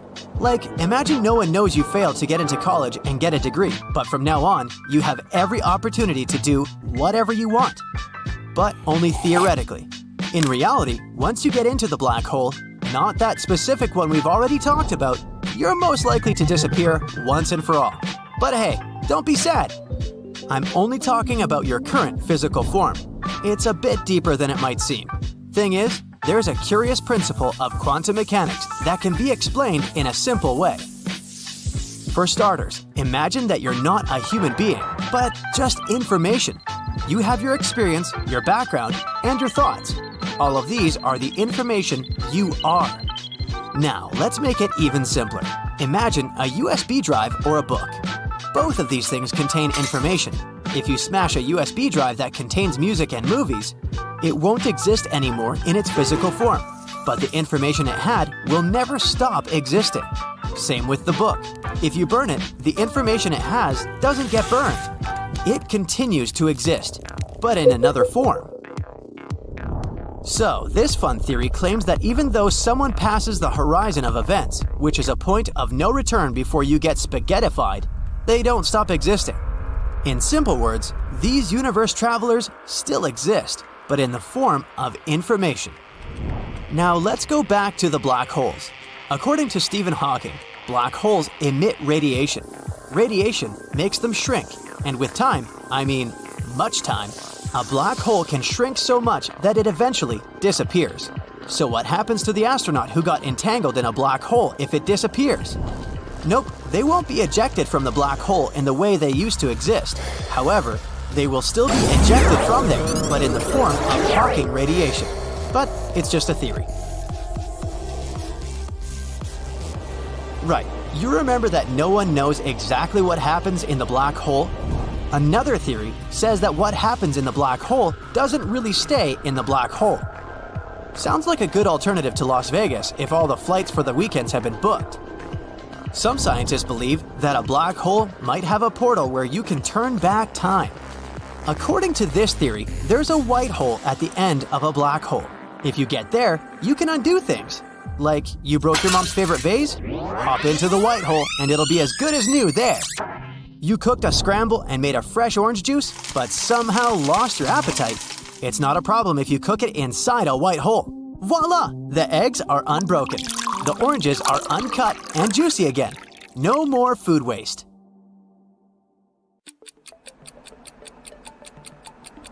Alright, turning back time sounds really cool, so I guess we might actually need a black hole to help us out. If a black hole was made in a, let's say, lab, it could devour things until it grew big enough to consume the entire planet. First, it would munch on the Large Hadron Collider, which might possibly create something similar to a black hole here on Earth. Next, Geneva, where the Large Hadron Collider is located. Then the whole country of Switzerland, then Europe. At that point, it wouldn't be long before the Earth was gone too. Luckily, if a black hole did appear, it would be so small that it wouldn't be able to do anything. Black holes actually produce a lot of energy and release it, often as heat, like a furnace. That means they will fade away when they run out of fuel. Even if a stable microscopic black hole was created, it would grow so slowly that nothing would happen.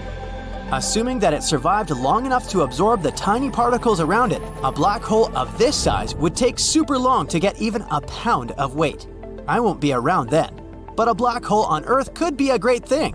Even a relatively small one may emit enough energy to completely power humanity. We're talking a lot about food, huh? Let's not forget about spaghettification. The concept is quite simple, by the way. It's all about gravity. Imagine you're playing with chewing gum.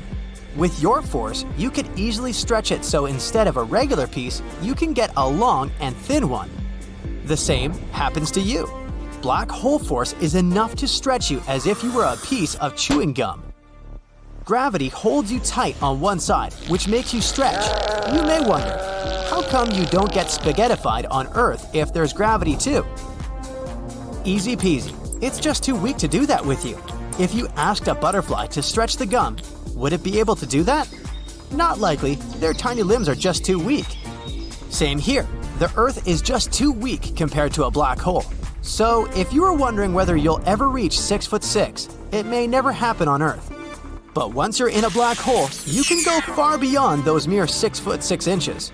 Your best height moment won't last long though. If you stretch the chewing gum at one moment, it will simply tear apart. The same will happen to you because of spaghettification.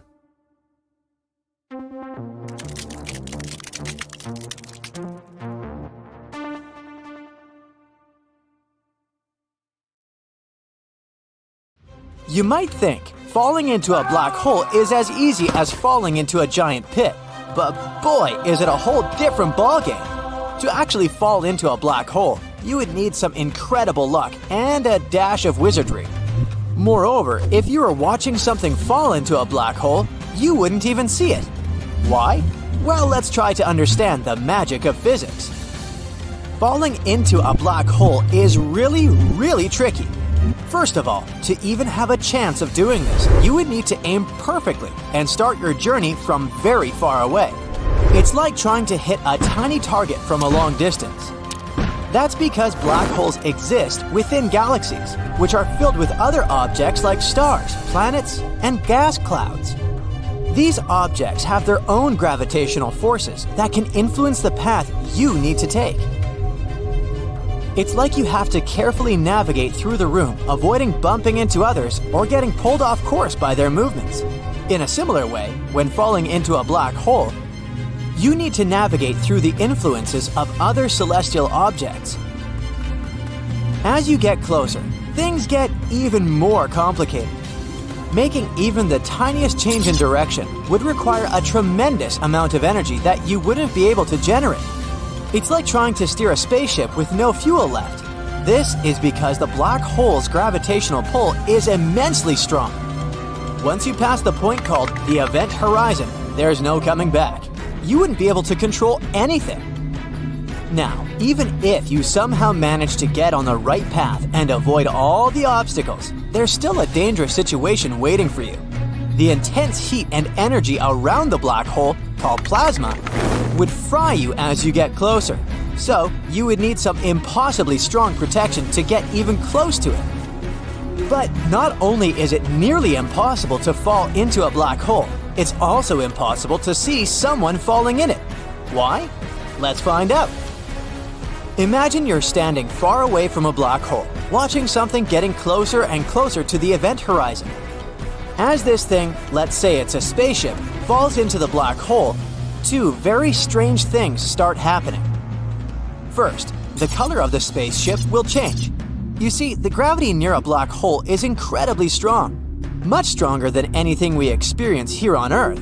This intense gravity affects everything around it, including light. Now, light has this fascinating property where it carries energy.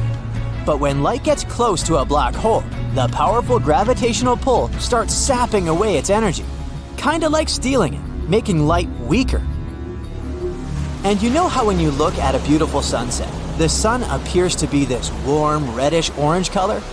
Well, that's because when sunlight travels through our atmosphere, it scatters and loses some of its higher energy bluish colors, leaving behind the redder ones. So when light loses energy, it tends to shift towards the red end of the color spectrum. The same thing happens near a black hole. The light from the spaceship loses energy due to the black hole's strong gravity. So, the spaceship, which initially had its own color, starts looking redder and redder as it gets closer to the black hole. It's as if the black hole is casting its magical spell, changing the color of the spaceship itself. The second weird thing is related to time. According to a theory of general relativity, gravity can mess around with time itself. And it works in a very strange way, because none of you, not people on board a spaceship, will feel this change. For you, an observer in this scenario, time is flowing just like it always does. You're just sitting there, sipping your space lemonade and watching the spaceship's journey. For people on a spaceship, things are the same. Their watch ticks away at a regular pace, and they go about their day as usual. But, objectively, for you, it would be like watching a spaceship fall in slow motion.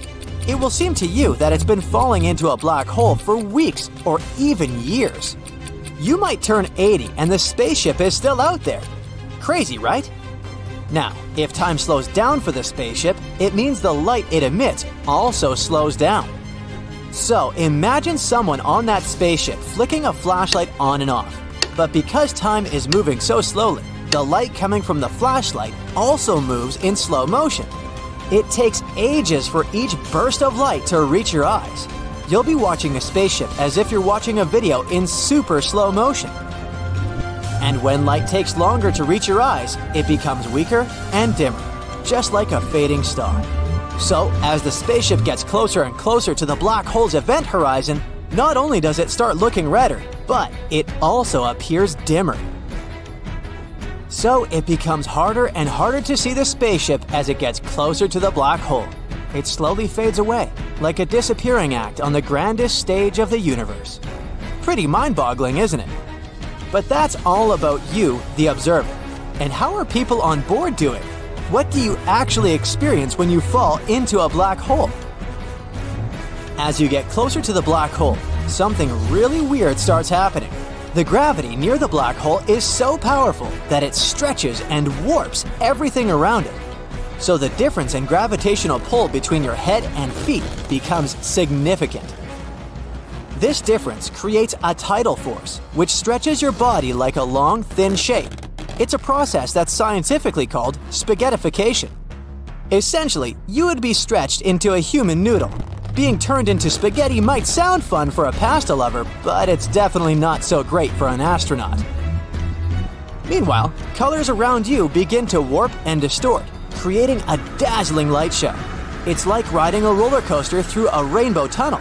Twists and turns, flashes and sparks. It's an exhilarating, mind-bending experience. And then, what happens to you depends on the type of black hole. First, we have classical black holes. These are black holes that exist forever. If you fall into this black hole, it would take an incredibly long time to reach the center. The center would keep getting closer and closer, but you would need an almost infinite amount of time to reach it. So it would feel like your journey would never end. And then we have evaporating black holes. These black holes can evaporate over time due to a process called Hawking radiation. It's just like the ice cubes melting away. These black holes have a limited lifespan, and it's basically impossible to fall into one of them. As you approach the evaporating black hole, you find yourself hovering near its edge, the event horizon. It's like being stuck at the entrance of a super cool amusement park. But guess what? This amusement park is shrinking. The black hole is evaporating, and as it does, the event horizon gets smaller and smaller. So you stay right at the edge, tracking its every move, but you will forever stay in this event horizon without ever crossing it. But remember, once you pass the point of no return, there's no way back. You're on a one-way ticket to the mysterious heart of the black hole, the singularity. At the singularity, everything goes bonkers. Our current understanding of physics goes haywire, so it's a bit like entering a magic show. What happens once you reach the singularity? Is there anything on the other side of a black hole? We have no idea. It's a big mystery for us, but maybe we'll figure this out someday. So, my friend, it's best to admire black holes from a safe distance and let your imagination soar with the incredible wonders they hold. Just remember to keep your pasta on your plate and not near these cosmic spaghetti makers. Black holes are some of the most enigmatic and sinister phenomenon in the universe. They can swallow up entire stars and planets, bending the very fabric of space and time. But what if Earth, our home planet, were to be caught in the grip of a black hole's event horizon? What would we see before the inevitable end? Well, let's have a look-see, okie dokie. So a black hole is like the bully on the playground. You avoid them at all costs. It's a region of space where gravity is so strong that nothing, not even light, can escape it. It's like Houdini in reverse. As with snowflakes, every black hole is unique. Each one has its own mass, spin, and charge. And they also come in different sizes, sort of like jeans. Petite, slim, regular, and husky, or something. Anyway, there are 4 sizes. The smallest black holes are the stellar mass kind. They're born when the massive star runs out of juice and folds in on itself. They're like the chihuahuas of the black hole world. They may be tiny, but they're feisty. They gobble up nearby matter like a hungry puppy. And even the smallest one is 3 times more massive than our Sun. Next up, we have the middle children of this cosmic family, intermediate mass black holes. They're too big to be born out of collapsed stars. Scientists believe that they may be created when several black holes merge into one. And even though they can't dominate galaxies, at least they can swallow up some nearby stars. Goody for them, huh? But do you know who can dominate a galaxy? The enormous monsters of our universe, supermassive black holes. They're the giants with masses ranging from millions to billions of times that of our Sun. And they play a crucial role in the growth and formation of their host galaxies. Finally, there are ultra-massive black holes. Trust me, you can't even imagine the size and mass of these guys.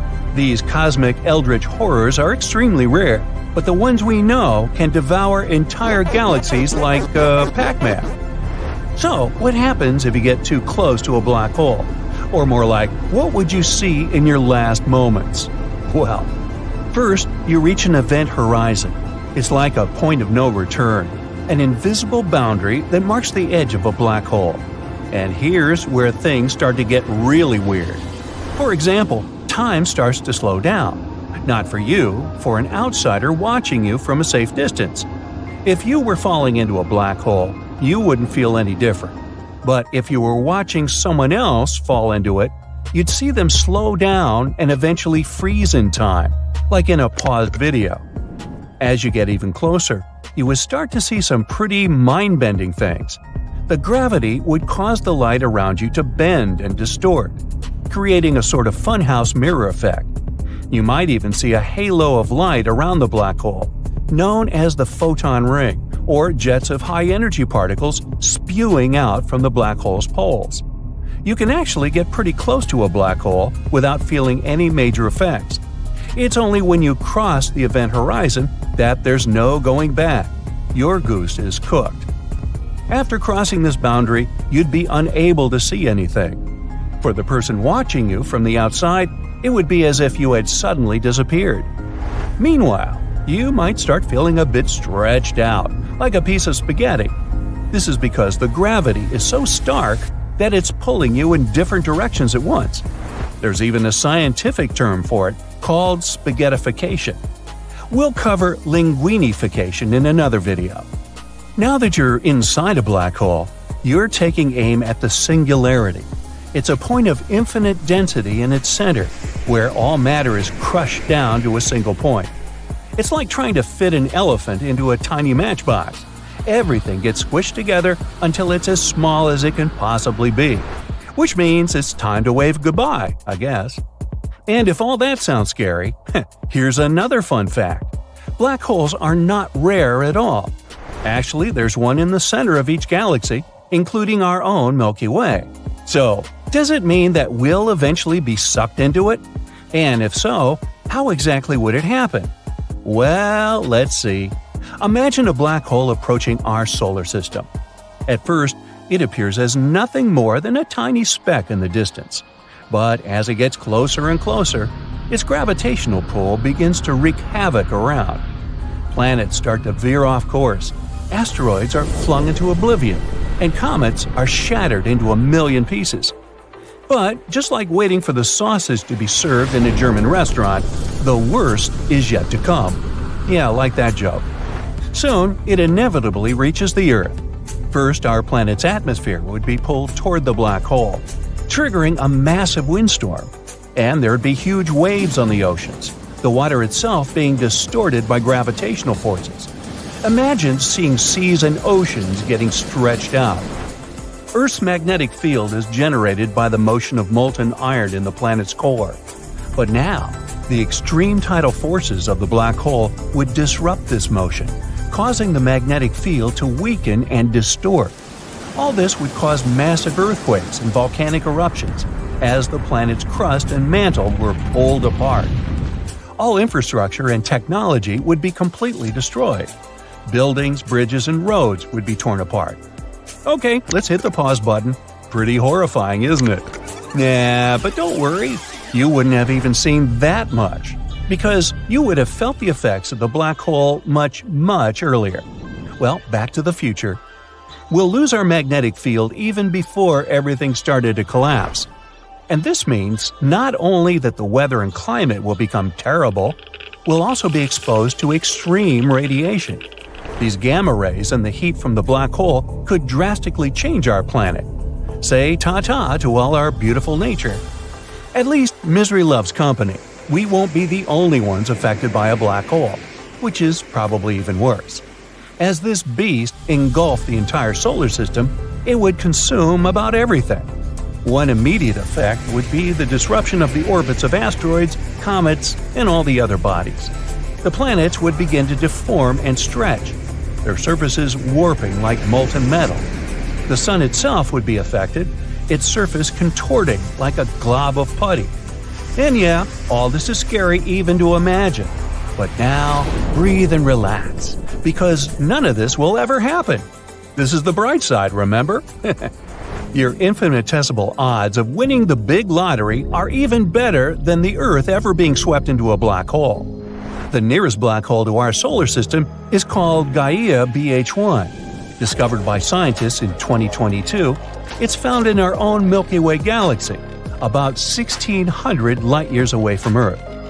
Gaia BH1 is about 10 times the mass of our Sun, which makes it a stellar mass black hole.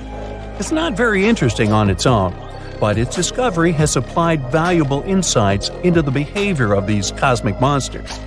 But as you can see, even the closest known black hole is over 1,000 light-years away.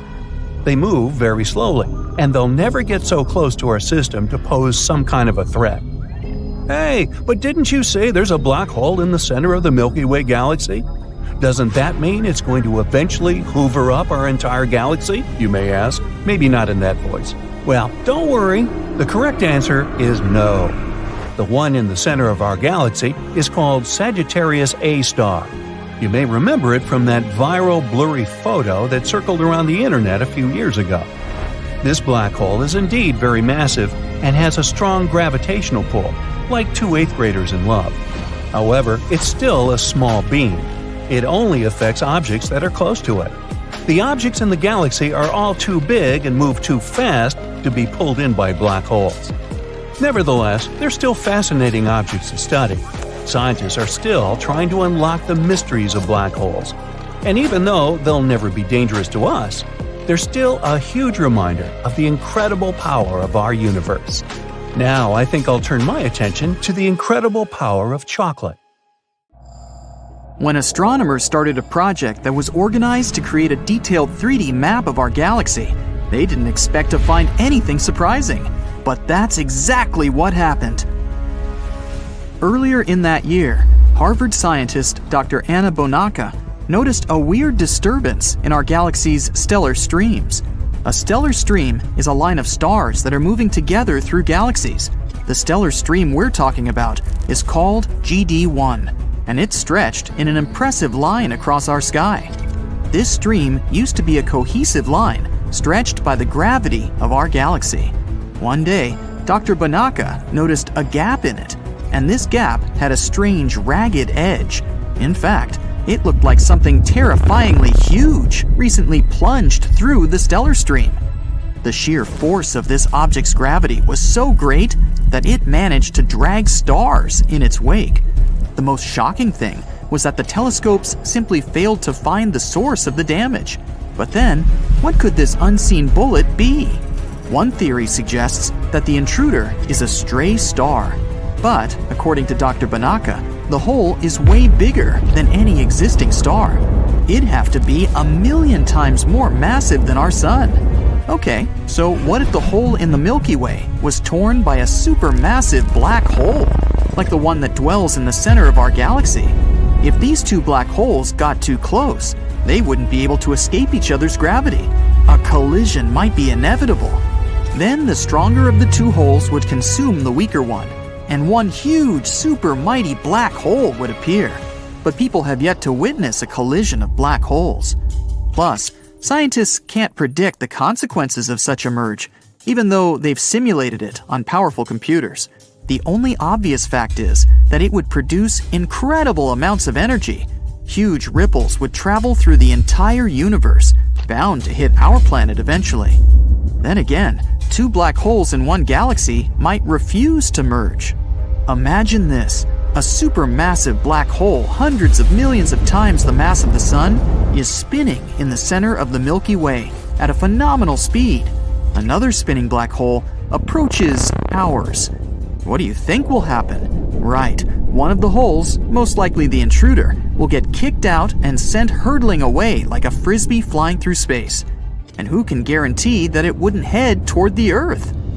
Luckily for us, there aren't any supermassive black holes in the vicinity, so this theory fails to explain the mysterious bullet hole phenomenon. Dr. Bonacca still doesn't rule out the possibility that the intruder is some kind of luminous, star-like object. After tearing a hole in the Milky Way, it could be hiding somewhere in the galaxy. But again, it seems highly unlikely because of the object's huge size. I mean, we're talking 30 to 65 light-years across. In any case, it's hard to predict where it would have ended up if it were a luminous object. The intruder could have been moving at an incredibly high speed and wouldn't have to be very massive to tear a hole in the stellar stream. Or it could have been moving more slowly, but be very heavy. But the astronomers don't know which option it was. That's why it's next to impossible to predict where it ended up. So, you're going on a journey to a black hole. Well, you'll need a lot of provisions, because the nearest black hole is 1,011 light-years away. This black pearl was found in the solar system called HR 6819. It was hidden in orbit with two other stars, which you can see with the human eye. Scientists have been studying this system since the 80s, but this winter it revealed its main secret. This particular black hole is considered relatively small. But despite this, its mass is 4 times bigger than our Sun, and it's 2,500 light-years closer to Earth than the next nearest black hole. But don't worry.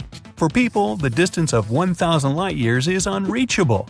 For example, if we were to make a model where the Earth's distance to the Sun was only 0.05 inches, you would have to travel about 4 miles to get to this black hole. But our galaxy, the Milky Way, is about 100,000 light-years wide. So the distance of 1,011 light-years doesn't seem that long in comparison. But before you jump inside this black giant, let me try to discourage you. A black hole is a place in space-time where nothing can leave its orbit. No particles, electromagnetic radiation, or even photons of light can escape from a black hole. So you should understand that a journey to such a dangerous object as a black hole is a one-way ticket. And the way black holes are born is incredible. When a star runs out of fuel, the star collapses under its own weight and becomes a black hole, like the supermassive black hole in the Messier 87 galaxy. Its mass is 7 billion times bigger than the Sun, and it was discovered by the Event Horizon Telescope in April 2019. Okay, good. I see you've already bought a ticket for a faster-than-light spaceship. Since there's no refunds, and you don't want to lose the money, it's time to get ready for the trip. Oh, feel free to leave your luggage at home. 3, 2, 1, off you go. You're leaving Earth's orbit, saying goodbye to the moon, and don't forget to cheer up Pluto by saying it is big enough to be a planet. Then you pass the highway of dark space, and here's your stop, the black hole. Put on your suit because you're going into outer space. The first thing you see is the event horizon. The gravitational field of a black hole bends the light around its edges, so the event horizon is like a croissant for the observer. Once you reach the event horizon, though, you won't be able to get back out. You may also notice that there's some kind of chaos in this ring. Some lights move in different directions. This happens because you get a mirror effect. But we still don't know what's inside the black hole, so you decide to send in a drone first. The gravity field of the black hole quickly draws in your metal buddy. As soon as he enters the event horizon, his body begins to change its shape. It becomes elongated like a strand of spaghetti. And the closer it gets to the center of the black hole, the longer it becomes. You also notice the drone has slowed its movement and now gradually approaches the black hole center. This is another effect of this space monster. The black hole's vast mass curves not only space but also time. If you hang one watch next to a black hole and another on the wall in your bedroom, you will see that in the first watch, the second hand has barely moved, while a whole day has passed on Earth. And the more massive the black hole, the stronger the effect of slowing time. Theoretically, if you have a spaceship that can overcome the gravity of a black hole, you can fly to it and wait for a few seconds. During this time, your friends on Earth would live a whole life. The flashlight on the head of your drone has turned red. This color change has happened for the same reason. The clocks that are deeper in a gravitational well tick slower when observed from outside. This also affects the photon's wavelength. We see red light because it has the longest wavelength of any color in the visible spectrum. All these things actually happen to the drone in a split second, but it seems slow to you because of the time warp. Alright, it's time to enter the black hole yourself. The final preparation is your suit that will protect you from Hawking radiation. This radiation is created by black holes due to quantum effects near the event horizon. Hawking radiation reduces the weight of the black hole, so if the black hole doesn't absorb more mass from nearby objects, it becomes smaller and then simply disappears. Oh yes, the black holes are also mortal. But Hawking radiation can turn you into ash, and you'd lose the chance to see the black hole from the inside. Okay, now let's do what you traveled 1,011 light-years to do. One big jump, and you're caught in the gravity field of the black hole. This is the point of no return. But your distance allows you to set a stable orbit so that you can spin around the black hole like the moon around the Earth. A little higher, and you'll be thrown into infinity. A little lower, and you will be dragged into the black hole. So, theoretically, planets could exist at this distance, and even inhabited if there were the necessary conditions. A couple of minutes later, and you are approaching the event horizon. Oh, look down. Your body is so long. You are now spaghetti yourself. Look around you. The stars are turning blue. This is called gravitational blue shift. As you fall into a black hole, its gravitational field pulls the photons of light down, giving them energy. Their wavelengths are getting shorter, so the red photons change into blue and everything starts to look blue.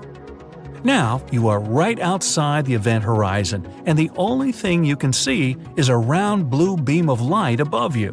But soon you will stop seeing even that. So you've survived the strong gravitational field of a black hole, and the Hawking radiation didn't burn you to ash. You are now in the heart of the most mysterious object in the universe. You have front row seats, but the view is not that impressive. This is the darkest place you've ever been to. Even the usual laws of physics just stop working here. Theoretically, time goes by so slowly here that your home planet could no longer exist, and a new black hole could appear in place of our sun. But you will live exactly as long as there's enough oxygen in your suit.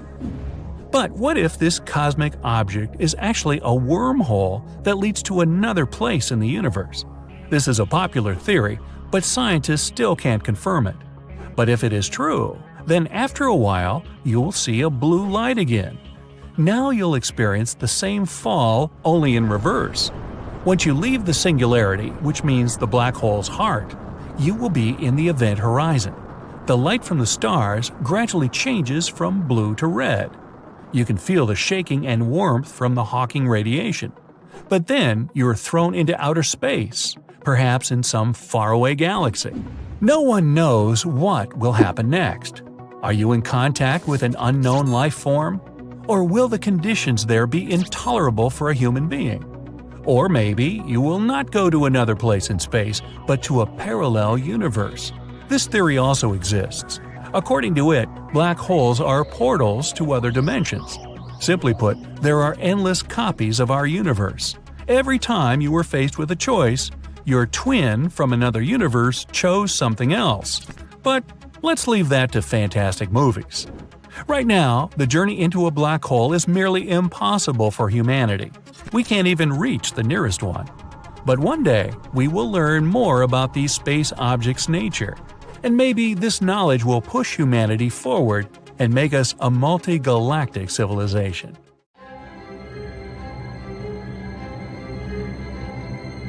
To see one of the most significant astronomical events of all time, we go to South America. In the Atacama Desert, Chile, we find the most advanced technology for space observation. Here, the Royal Astronomical Community members watched for 6 months as a black hole simply absorbed a massive star. By the way, these are the same scientists who proved that in the center of our Milky Way galaxy is a supermassive black hole, and even took a photo of it. For the first time in history, this incredible event happened very close to Earth. Well, the distance of 215 million light-years is considered quite close in astronomy terms anyway. Light from this event reached our planet in September of 2019, and even the most experienced scientists dropped their jaws in surprise. Imagine a star the size of our Sun, about 860,000 miles wide. Such stars have enough weight to create a strong gravitational field holding many planets in their orbit. And now, let's place a giant black hole next to it. The hole is absolutely black, shaped like a disk, and weighs 1 billion times more than this star. The force of its gravitational field is incredible. Nothing can leave its gravity force. Objects that can move at the speed of light will still fall into this black abyss. Even light itself cannot escape its boundaries. As soon as a star enters the gravitational field of a black hole, it has no chance. At first, it tries to resist the pull of the black hole. Still, the star's outer layers begin to stretch toward the black hole, just like spaghetti. This is due to a powerful force of attraction. If you had the opportunity to extend your hand toward the black hole, you would see your fingers begin to stretch and elongate. This is because the force of attraction increases with every inch. Therefore, it acts stronger on your fingers than on your arm. That's why this process of pulling objects into a black hole is called spaghettification. The first thing to be sucked into the black hole is the star's crown. This is the outer shell of the star, which consists of hot plasma. You may notice how the star begins to shrink in size. This is because that plasma makes up most of the visible sun. When this hot plasma spaghetti reaches the black hole, it may appear to remain on the disk's edge and continue to orbit the black hole. But in fact, there is no turning back anymore. The star's particles have already hit the event horizon of the dark abyss. The gravitational field of a black hole bends light around its edges, so the event horizon looks a bit like a croissant for the observer. Boy, lots of food metaphors here. I'm getting hungry. You may also notice a kind of chaos in this ring, as if some light particles are moving in one direction and others in another. This happens because of a mirror effect. But you can be sure that whatever reaches the event horizon will, sooner or later, be pulled into the singularity, or the black pearl of the black hole. Another illusion you spot is the star particles in the event horizon moving slower. The truth is that supermassive objects like a black hole curve space-time around them. And the more massive the object, the slower time flows near it. If you hang one watch beside a black hole and another on a wall in your bedroom, you will see that the second hand in the first watch barely moves, while a whole day passes on Earth. As observers, it seems to us that the particles of light have slowed their movement, but in fact, they may have already been absorbed by the black hole ages ago. Now, massive streams of red-hot plasma splash into space, just like spaghetti sauce. When a black hole has absorbed star material, it emits powerful rays of energy at a rate of about 6,200 miles per second. This release of energy is accompanied by an intense flash. It's thanks to this flash that scientists can even detect this process in the first place. This phenomenon can be observed when a supernova explodes. When nothing remains of the star's body, we can still see stardust and other particles in the black hole's event horizon. Kinda like the Parmesan cheese sprinkled on the spaghetti. Hey, stop me if I'm taking this too far. When the process of spaghettification is completed, about half of the star's weight has been thrown into outer space as dust and glowing particles. The other half was entirely absorbed by the black hole. The scientists observed this process for almost 6 months. But what would be more interesting is to dive into a black hole yourself.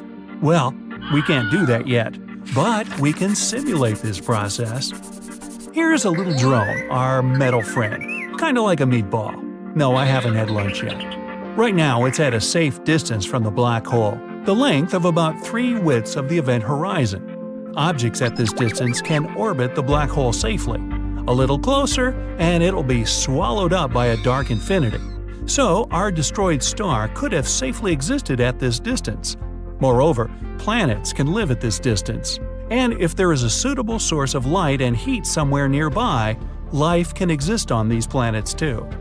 But our goal is the singularity, and we guide the the drone, closer to the event horizon. After a few minutes, the force of attraction begins to strengthen, and the drone starts to stretch like spaghetti. When it begins spinning around the black disk, it means it has reached the event horizon and has started its descent into the black abyss. Now let's look at everything from the drone's perspective. All the light from the stars that it sees becomes blue. This is called gravitational blue shift. As it falls into the black hole, its gravitational field pulls the photons of light down, giving them energy. Their wavelengths grow shorter, so the red photons change into blue. The drone continues to fall and is already completely hidden from our eyes. And all that the robot sees is a bright, thin blue beam. Now it's in complete darkness. There's absolutely nothing here, not even time. Here, time goes so slowly that our entire solar system could grow old and cease to exist during a minute spent in a black hole. But our drone will live until its battery is empty. Hey, the drone sees a small bundle of light again, and it's getting closer and more prominent. Now the drone will experience the same fall, only in reverse. Once the drone leaves the singularity, the heart of the black hole, it will be on the event horizon once again. The light from the stars gradually changes from blue to red. Then the drone is thrown into outer space, perhaps in some faraway galaxy. Well, returning from a black hole is just a theory. Some people think that black holes are a kind of wormhole that can lead us to distant places in space. But so far, these theories are considered fiction. Black holes are quite challenging to detect. The problem is they are, well, black, just like space. They don't emit light like stars, so they can only be detected by gravity anomalies. Despite this, scientists believe there are a vast numbers of black holes in our universe. They're born when a massive star collapses under its own weight, and given the infinite number of stars in the universe, black holes are probably a common phenomenon. Scientists believe black holes have their own lifetimes. This is because of Hawking radiation. A black hole loses mass, and so, to continue existing, it has to absorb massive objects, like the star we just watched. But if the black hole lives in deep space, it has less to absorb and will most likely begin to shrink until it just disappears. like this plate of spaghetti. A black hole is an eerie place where those laws of physics we studied at school stop working. If a massive star runs out of its fuel, it sometimes becomes super dense and buckles under its own weight, collapsing inward and bringing space-time along. As a result, the gravitational field of this new object gets so strong that nothing can escape it, not even light. That's how a black hole is born. The black holes closest to our planet are called Gaia BH1 and Gaia BH2. They were discovered thanks to the data collected by the European Space Agency's Gaia spacecraft, hence their names. Both are about 9 to 10 times more massive than our Sun and are located a mere 1,560 and 3,800 light-years away, respectively. In cosmic terms, they're situated in Earth's backyard. And there's something seriously wrong about these black holes. So, should you pack your emergency bag? Let's find out. The remarkably close black holes are likely to represent a previously unknown category of these mysterious objects. What sets them apart from others is that they're orbited by stars at much greater distances than scientists have observed previously in other black hole companion star pairings. Normal black hole companion star systems are known as X-ray binaries.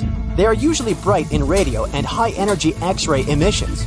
They swallow matter and emit powerful bursts of energy, which makes them pretty easy to spot. Now, why did it take astronomers so long to spot these massive black holes residing right inside our home Milky Way galaxy? All because they're almost invisible. In the past, astronomers spotted black holes by looking for the remnants of their meals. The thing is that when a star or even a cloud of interstellar gas is pulled into a black hole, it leaves behind a trail of electromagnetic radiation. And scientists use it to detect the presence of a black hole. But unlike other holes discovered before, Gaia BH1 and BH2 are pitch black. They don't seem to be snacking on anything at the moment. This makes them inactive, or dormant. So astronomers had to use another method. They tracked the movement of two companion stars orbiting these cosmic monsters. The stars, similar to our Sun, wobbled a bit while traveling through space. To researchers, it was a sign that something with a lot of gravity, like another star, was tugging on them. Interestingly, when they examined the area with the help of telescopes, they didn't find anything emitting radiation. So the whole situation only made sense if there was a black hole involved in the process. Luckily, Gaia is perfect for spotting invisible black holes. Thanks to its state-of-the-art equipment, it can accurately measure the motion and position of billions of stars. No other instrument is capable of such precision. Gaia's observations were backed up by the data received later by other observatories. For instance, NASA's Chandra X-ray Observatory, as well as the South African Meerkat Radio Telescope, revealed no visible light coming from Gaia BH2. So even though they detected nothing, it was still valuable information. It told astronomers a lot about the environment around the black hole. A lot of particles are coming towards it from the companion star in the form of stellar wind. But the researchers didn't spot any radio light. It means that the black hole doesn't have much of an appetite, and not many particles cross its event horizon, or the point of no return. Unfortunately, it's still unclear why that is. Anyway, should we be worried about those mysterious black holes lurking in the darkness of space so close to our planet? I've got some good news. There's absolutely no reason to worry. First of all, these black holes are sleeping at the moment. And it doesn't look like they're going to wake up anytime soon. Secondly, they're still too far away to affect our life. And it's not like black holes know how to travel. You get the last instructions from the team and get into your spaceship. It's the first spacecraft made on Earth that can move at a speed close to the speed of light. Your task is to visit the most unusual and terrifying places in space and send scientists detailed information about them. And so, your journey begins. Your spacecraft is accelerating, and you dash past the moon. In the distance, you see a small reddish planet. It's Mars. And look at that spectacular giant surrounded by a set of rings. That's Saturn. You wish you could have more time to explore this gas giant, but you have to hurry. You pass by beautiful stars. Some of them are luminous, others have a reddish hue, and some seem to be dimming. That's Sirius, the brightest star in the night sky on Earth. It's about 8.6 light-years away from us, but you're traveling fast, and soon you see Polaris, aka the North Star, which is way further, 431 light-years away. Sometimes you manage to spot tiny dots circling these stars. Those are planets. And then, suddenly, you see nothing. At first, you're horrified. Something has gone wrong, and you've accidentally entered a black hole? Has your equipment malfunctioned? Because it seems that at a distance of 700 million light-years away from Earth, there's a hole. A blank void with no galaxies, stars, planets, or asteroids. You can't see anything. The void is a roughly spherical region of about 330 million light-years across. Our home Milky Way galaxy could fit in there billions of times over. And then it dawns on you. What you're looking at is the mysterious Boötes void. It lies about 700 million light-years away from Earth in the constellation of Boötes, the herdsman driving the plow around the North Pole. At first, this void was called the Great Nothing, but later it was given its current name. Now we know that galaxies look like a giant web. Most of them are parts of long structures called filaments. Those wind through the cosmos, and when they meet, they form regions with a high concentration of galaxies. These regions are what we know as galaxy clusters, but between these clusters and threads, there are ginormous empty voids that hardly contain any galaxies. Such voids actually make up almost 80% of the observable universe, and most of them are huge, from 30 to 300 million light-years wide. The Boötes void is one of the most massive ones. It's even earned the title of supervoid. Astronomers think it might be the result of a few smaller voids merging together. But what could have caused such giant empty areas to appear in the first place? The reason might lie in the origin of the universe. In its early days, all the matter in the universe was packed together quite tightly. Astronomers even think it was something like a uniform soup. But pretty soon, random quantum fluctuations started distributing this matter. Some areas became denser. As a result, their gravitational pull became stronger, and they began stealing matter from less dense regions. This made such areas even denser, and they kept attracting more and more matter. At the same time, smaller clumps of matter started drifting further away from the center, forming galaxies. After staring at nothingness for some time, you decide to explore other space objects and start the engine of your spacecraft again. There's one kind of space formation you've been looking forward to seeing: nebulas. Those are gigantic clouds of gas and dust. With time, gravity starts to pull these clumps of dust and gas together. They grow larger and larger, and their gravity gets more powerful. Sounds familiar, doesn't it? One day, this mass becomes so big that it collapses under its own gravity and forms new stars. So, you decide to visit some of the most beautiful nebulas out there. And you start with the Butterfly Nebula.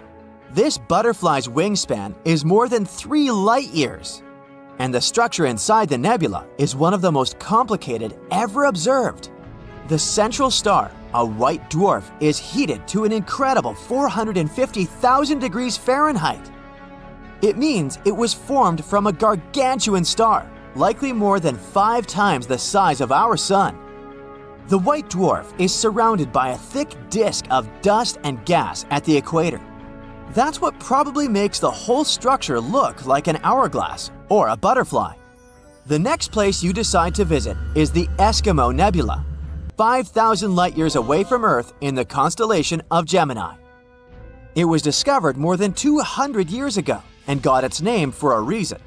Its double shell formation looks like a person's face, hidden in a padded hood of a winter jacket. But in reality, this parka is a disk of material with a ring of comet-shaped objects. And the tails of these objects stream away from the star at the center of the Eskimo Nebula. The bizarre orange streaks in the outer part of the cloud stretch light years away in all directions. As for the Eskimo's face, even though it resembles a ball of twine, in reality, it's a bubble of material blown into space by the wind of high-speed material produced by the central star. Your next destination is the Ring Nebula. At first sight, it's a giant cloud of dust and gas surrounding an old, almost extinguished star, which does look like a ring. But astronomers say the nebula isn't a bagel, it's a jelly-filled donut. The deep space colorful object more than 2,000 light-years away from Earth is actually a ring that wraps around a blue, ball-shaped structure. Each end of the structure sticks out of the ring's opposite sides. Now you can head to a place called the Pillars of Creation. You find it more than 7,000 light-years away from Earth in the Eagle Nebula. That's a young cluster of stars just 5.5 million years old, space babies. Once, the Hubble Space Telescope managed to take an image of several dark silhouettes near the nebula's center. And now you can see them with your own eyes. Those are the so-called Pillars of Creation, an active star-forming region. And since you've already visited a star-forming region, why don't you drop by a living fossil galaxy? For example, DG-SAT-1. It's as big as the Milky Way, but it's nearly invisible because its stars are spread out incredibly thinly. But what makes the galaxy so unique is that it's sitting all alone, unlike other galaxies of this kind, which are usually found in clusters. It can mean that DG-SAT-1 was formed in a different era, probably a mere 1 billion years after the Big Bang. If it's true, the galaxy is a real living fossil. The next stop on your space sightseeing tour is the Black Widow Pulsar. Just like its spider namesake, this rotating neutron star is munching on its partner, a lightweight brown dwarf star. The more material the pulsar consumes, the more slowly it spins. The energy the neutron star is losing in the process causes the companion star to dwindle. Oh, look at this! That's a stellar nursery in the constellation of Centaurus. But even though this place might be called nursery, it's anything but peaceful or safe. This region, made up of hydrogen and newborn stars, is located in a nebula in the constellation of Centaurus, around 6,500 light-years away from Earth. The intense energy these baby stars emit makes hydrogen clouds glow ominous red. This energy is so powerful that it's eating away dark clouds of dust, and they're disappearing like lumps of butter on a hot frying pan. You're continuing your journey when you see something absolutely amazing, a cloud of water floating in space. To be more precise, it's a cloud of water vapor surrounding a supermassive black hole 12 billion light-years away from Earth. The cloud contains 140 trillion times the entire volume of water on our planet. Astronomers believe this water cloud appeared just 1.6 billion years later than the universe itself. Black holes are ruthless. They can swallow asteroids, comets, planets, and even stars. But can a black hole consume the entire universe? Almost any black hole was once a massive star that collapsed in on itself and became incredibly dense. Black holes have immense gravitational pull. Even light can't escape their clutches. The idea that a black hole can swallow the universe is based on a common misconception. People often think that black holes work like vacuums, pulling space inside. But that's not the case. Black holes can only swallow stuff that is extremely close, usually space objects venturing into their event horizon. That's a black hole's point of no return. Once you cross this border, there's no escape. The event horizon for a black hole with the mass of our sun could extend a mere 2 miles. If a tiny black hole had a mass of our planet, its event horizon wouldn't stretch for more than a couple of inches. It would be the size of your thumb. no more. But a black hole's gravity still affects the stars and planets surrounding it. It might make them orbit, just like the black hole at the center of the Milky Way galaxy does. But the hole doesn't swallow them. If our sun somehow transformed into a black hole with the same mass, which is highly unlikely, Earth wouldn't feel any difference in the gravitational force influencing it. Our planet wouldn't change its orbit or hurtle toward the newly born black hole. Of course, it would get very dark and freezing cold, but being pulled inside a black hole wouldn't be a concern. Plus, most black holes are quite small. A black hole can only swallow a star if the said star is aimed almost directly at the black hole. Theoretically, it might happen. But according to space experts, for the sun to get swallowed up by a black hole at the center of our home Milky Way galaxy, a truly enormous amount of time would be needed. After all, the star's orbit would need to line up with the black hole in a very precise way. Even the largest black hole in the universe that we know about, a space titan called Ton 618, seems to be near the theoretical limit of how large black holes can grow. This limit is determined by the fact that black holes release tons of radiation while developing. This radiation heats up and ionizes the matter surrounding the black hole, which makes it more difficult for the dust and gas to cool down and fall into the black hole. As a result, it slows down the rate at which the black hole can feed. We can probably say that this self-regulation stops black holes from gobbling down entire galaxies, let alone the whole universe. And we shouldn't forget about the expansion of the universe either. Objects in space move farther apart, which makes it less likely for them to collide or get captured by a black hole. If a black hole were to consume the entire universe, it would require a tremendous shift in the direction in which space seems to be moving. So, you don't need to worry that one day, our whole world will disappear inside a huge, universe-swallowing black hole. Unless, of course, the universe is already inside a black hole. I'm not kidding. There's a theory that we might be living in a black hole. Think about this. What if a black hole already engulfed us long ago? Surprisingly, some physicists deem this theory pretty plausible. For example, Dr. Nikodem Poplawski, a theoretical physicist from Indiana University, states that everything that a black hole swallows may turn into a new universe inside the hole or on the other side of it. So who knows? Perhaps our universe used to be quite a different place until it got pulled into a black hole.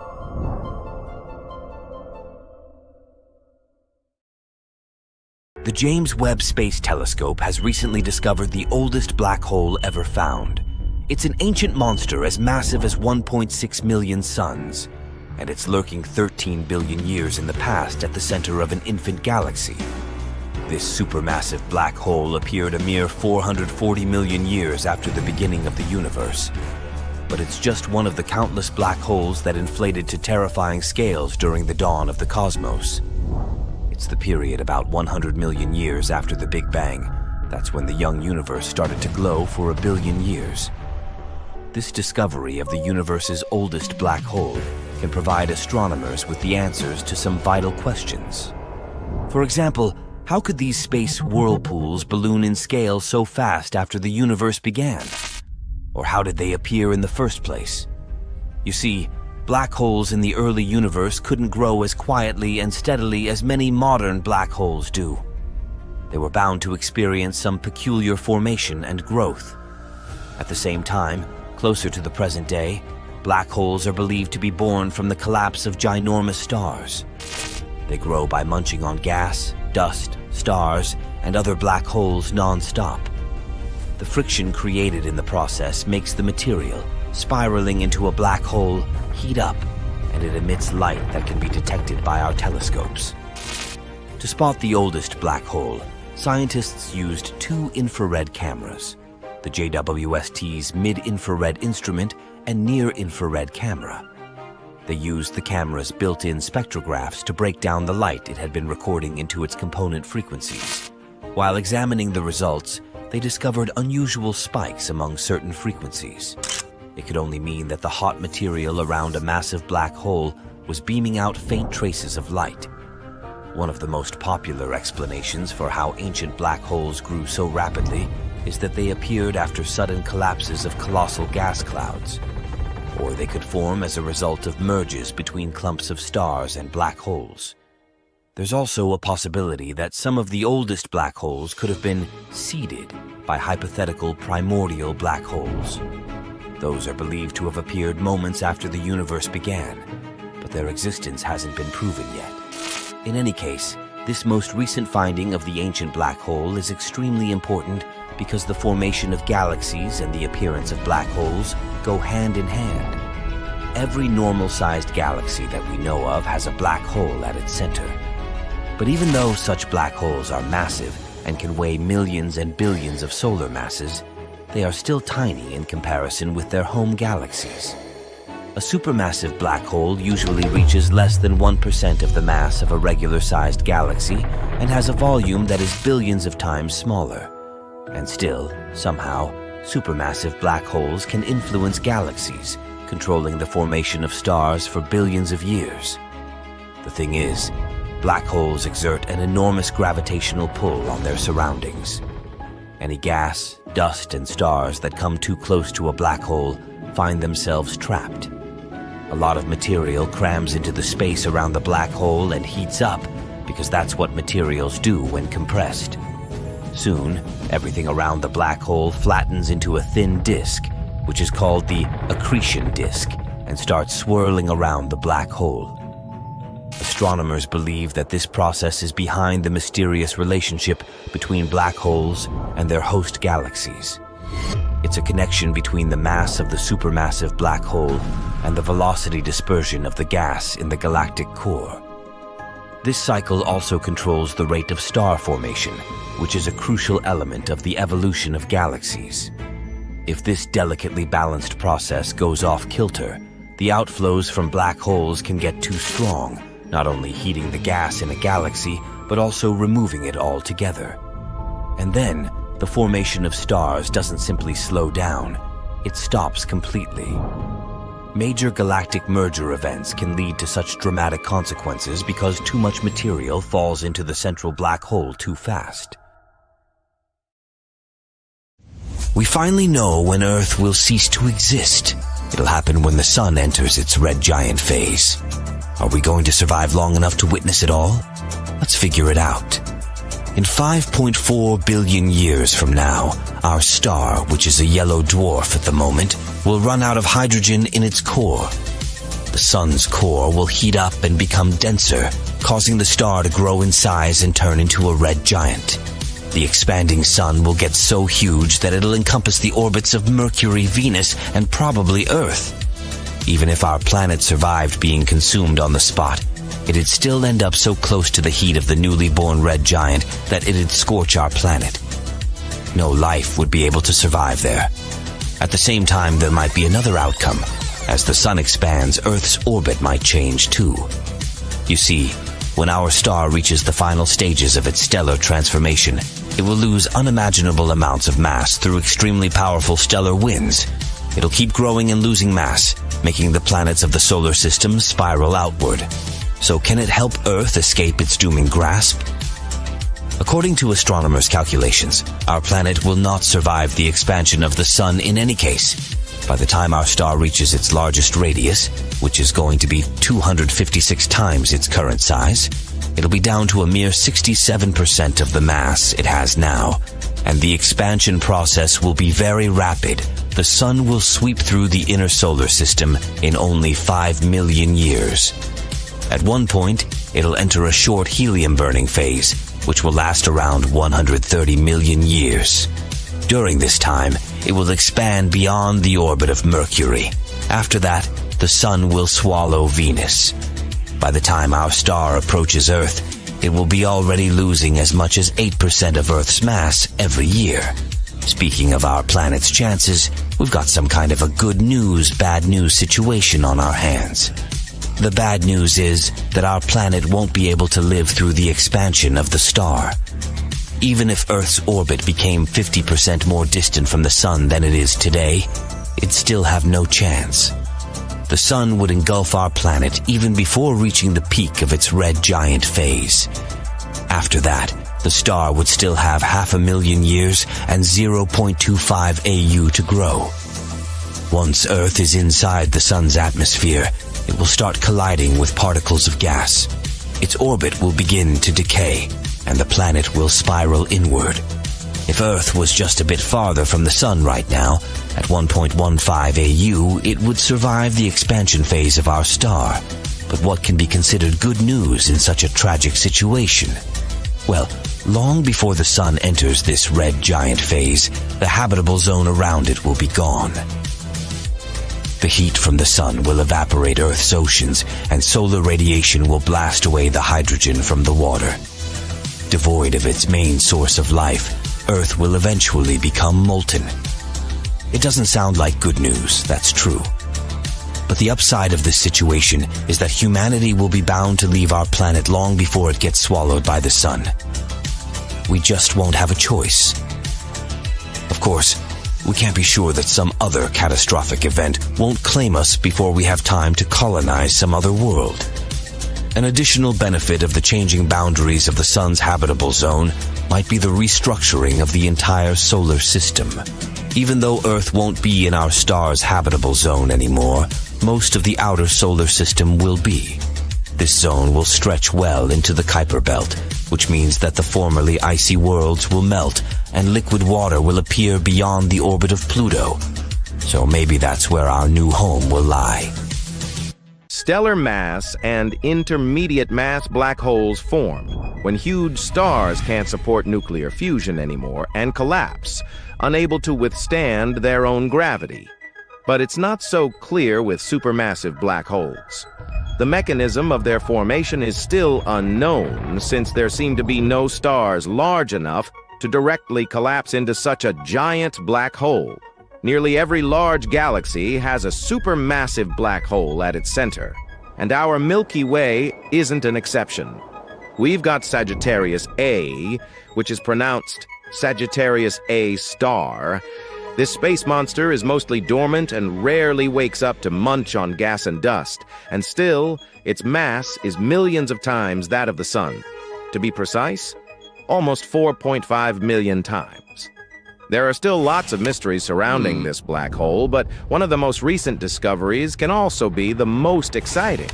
But we'll get there later. Right now, imagine a distance of 14.6 million miles. It's like about 61 distances from Earth to the Moon. That's the diameter of our supermassive black hole. Of course, it will look tiny compared to the Milky Way itself, which is 100,000 light-years wide and 1,000 light-years thick. But it's still impressive. At the same time, Sagittarius A is dwarfed by a disk of gas surrounding it. It extends for a whopping 5 to 30 light-years and occasionally feeds the black hole. When it happens, faint flashes of X-rays are produced. The disk, known as the accretion disk, is also responsible for X-ray emissions triggered by friction. This friction can make the temperatures inside the disk go as high as 18 million degrees F. And now the coolest part. The supermassive black hole at the heart of our galaxy is not just spinning, it's doing so at almost maximum speed, dragging everything close to it along for the ride. Scientists have calculated the rotational speed of Sagittarius A with the help of NASA's Chandra X-ray Observatory. Normally, the spin speed of a black hole is given a value from 0 to 1, with 1 being the highest rotational speed. Speaking of our supermassive black hole, its rotational speed is between 0.84 and 0.96. That's close to the top limit, defined by a black hole's width. Now, the spin of a black hole is very different from that of other space bodies. Solid objects, like planets, moons, or asteroids, have physical surfaces. But black holes are regions of space-time surrounded by an outer, non-physical surface. This surface is called the event horizon, and even light can't escape beyond it. The rotation of a planet or a star depends on the distribution of its mass. At the same time, the rotation of a black hole is governed by its angular momentum. The extreme gravitational forces next to a black hole cause space-time to become slightly curved and twisted. It forms what we know as the ergosphere. This notion is unique to black holes and never occurs around relatively solid space bodies like planets or stars.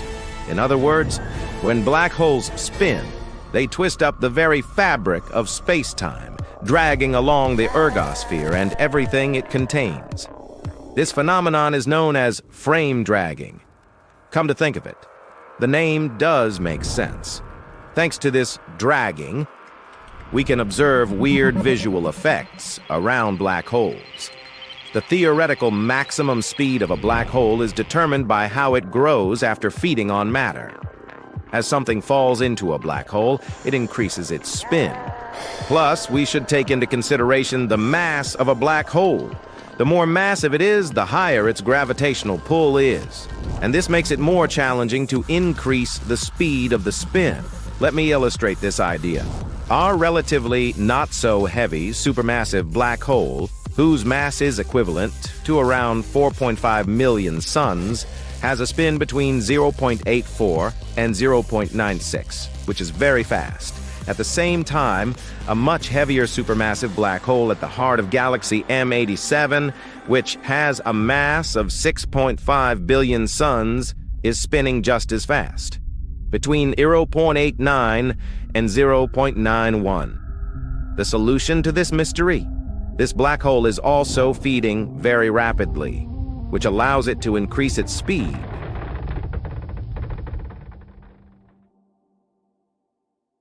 Black holes are terrifyingly dense space objects, pulling inside everything that comes too close. Nothing can escape their clutches, even a beam of light. At the same time, black holes are some of the most mysterious objects in the universe. According to their mass, black holes are usually divided into 3 categories. Stellar black holes have a mass from a few to hundreds of times the mass of the Sun. Intermediate black holes should range from 100 to hundreds of thousands of times the Sun's mass. Scientists are now actively hunting these missing link black mysteries. But the real behemoths of the cosmos are supermassive black holes. They have hundreds of thousands to billions of times the mass of our Sun. Most supermassive black holes lie in the centers of their home galaxies. You can probably say that they sit in the gravitational driving seat. Meanwhile, hundreds of billions of stars, planets, and moons orbit them. Let's have a look at the biggest black holes astronomers have found so far. NGC 6166 is a monster that has grown to have a mass of 30 billion solar masses. It's actually an elliptical galaxy that has an active nucleus in the center. It's also one of the most luminous sources of X-rays. The galaxy's supermassive black hole powers 2 symmetric radio jets in the opposite direction, which is the result of the infall of gas into its center. Another peculiar thing about NGC 6166 is that it shows a blue shift, which means it's moving toward us. The next supermassive black hole is located in the constellation of Draco, approximately 10.4 gigalight-years from us. The mass of this supergiant is more than 30 billion solar masses. Besides being incredibly massive, the black hole is also really big. If it replaced our Sun, the diameter of this hole would extend to the orbit of Pluto. This S5 Theora 1481 is one of the most interesting black holes on our list. It has a mass of 40 billion solar masses and is actually a blazar, the most energetic of all quasars, which are super bright distant objects. The blazar's luminosity is 300 trillion times that of the Sun and more than 25,000 times as great as the luminosity of all 100 to 400 billion stars of the Milky Way galaxy combined. But since the distance to this quasar is about 12.1 billion light-years, we can't see it directly. but we know that the central black hole of the quasar consumes huge amounts of matter, about 4,000 solar masses of material every year. IC 1101 is a supergiant elliptical galaxy. It's the most massive known galaxy so far. Since this galaxy is elliptical, it isn't filled with gas. That's why the star formation in that region is very low. As for the black hole at the center of IC 1101, it has a mass of 40 to 100 billion solar masses and emits clear radio signals. Recently, astronomers have discovered a gravitational space wonder that has swollen to really unimaginable proportions. The black hole I'm talking about is TON 618, and it's a mind-boggling 66 billion solar masses. The thing is so massive that astronomers had to think of a new term to describe it. They came up with an ultramassive black hole. Imagine gathering all the stars in our home Milky Way galaxy and squishing the matter they're made of into one black hole, and it still won't be enough to create a TON 618. If this monster of a black hole replaced the Sun, its radius would be more than 40 times the size of Neptune's orbit. You probably know that black holes are made of matter packed together as densely as possible. And still, it doesn't mean that black holes are some kind of space predator, roaming galaxies and munching on everything they come across. TON 618 still has a whole galaxy filled with stars and other stuff happily orbiting it without getting pulled inside. What I want to say is that the perception of black holes as giant vacuum cleaners is wrong. In reality, it's incredibly hard to grow a black hole. Try to do it and you'll see. How about going deep, deep into the past? To the times before humans existed, before the infamous asteroid hit Earth, wiping off 3/4 of life forms on the planet, even before the sun ignited or galaxies appeared in the darkness of the cosmos. So, before light could even shine, there was the Big Bang. It happened 13.8 billion years ago. But what was before that? Some scientists are sure that there was no before. Time started ticking as soon as the Big Bang occurred. We're unlikely to ever figure out what reality was like before that, if any. This is beyond human understanding. But there are those who disagree. Some unconventional scientists theorize that just a moment before the Big Bang, all the energy and mass of the nascent universe could be compacted into an insanely dense but still finite speck. Let's imagine it as a seed of a new universe. And this seed, a chunk of essential material, compressed and hidden in a protective shell, was created nowhere else but inside a black hole. Black holes spin incredibly fast, probably close to the speed of light. Such a spin can give the tightly compacted seed a ginormous amount of torsion. So the seed isn't just tiny and extra heavy, it's also compressed and twisted, which means that it can suddenly unspring with a big bang. Now, let's say you add up the energy and mass of all the particles the visible universe contains. And then you try to figure out the answer to the following question. How big could the event horizon of a black hole with the same mass be? The event horizon is the point of no return. Once you cross this invisible line, there's no way back, even for light. But let's get back to our question. Shockingly, such an event horizon would be very close in size to the actual horizon of the observable universe.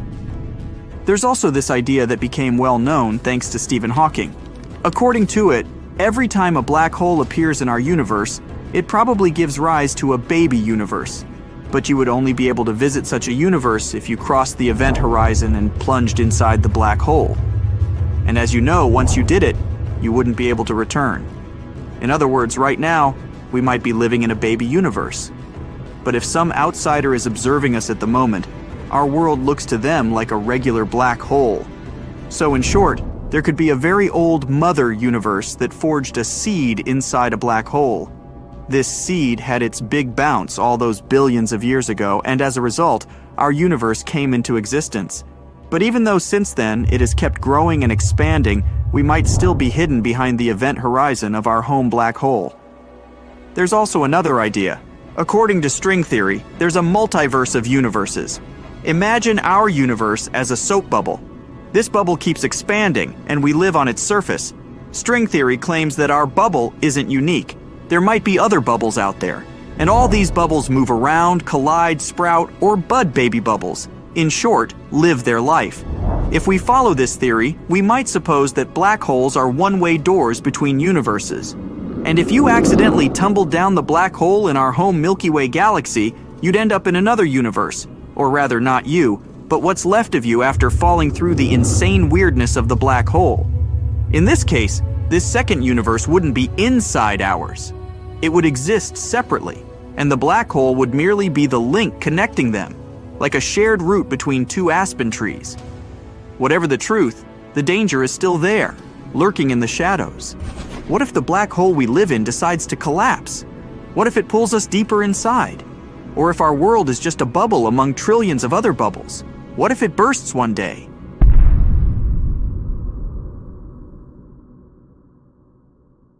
Now imagine a tiny particle, like a proton, zooming towards your hand at 99.99% of the speed of light.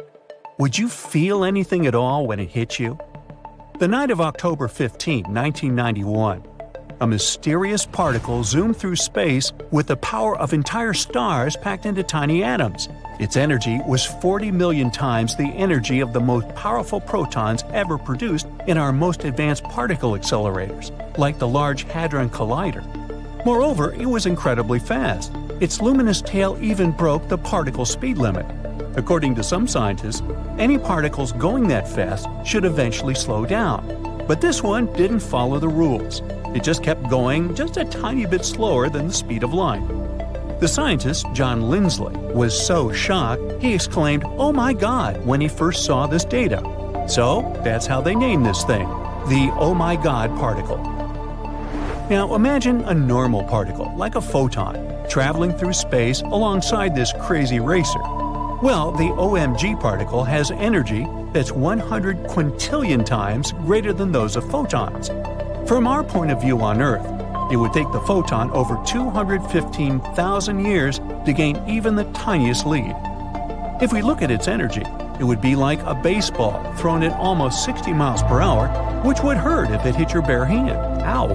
But surprisingly, if the OMG particle aimed at you, you wouldn't feel a thing.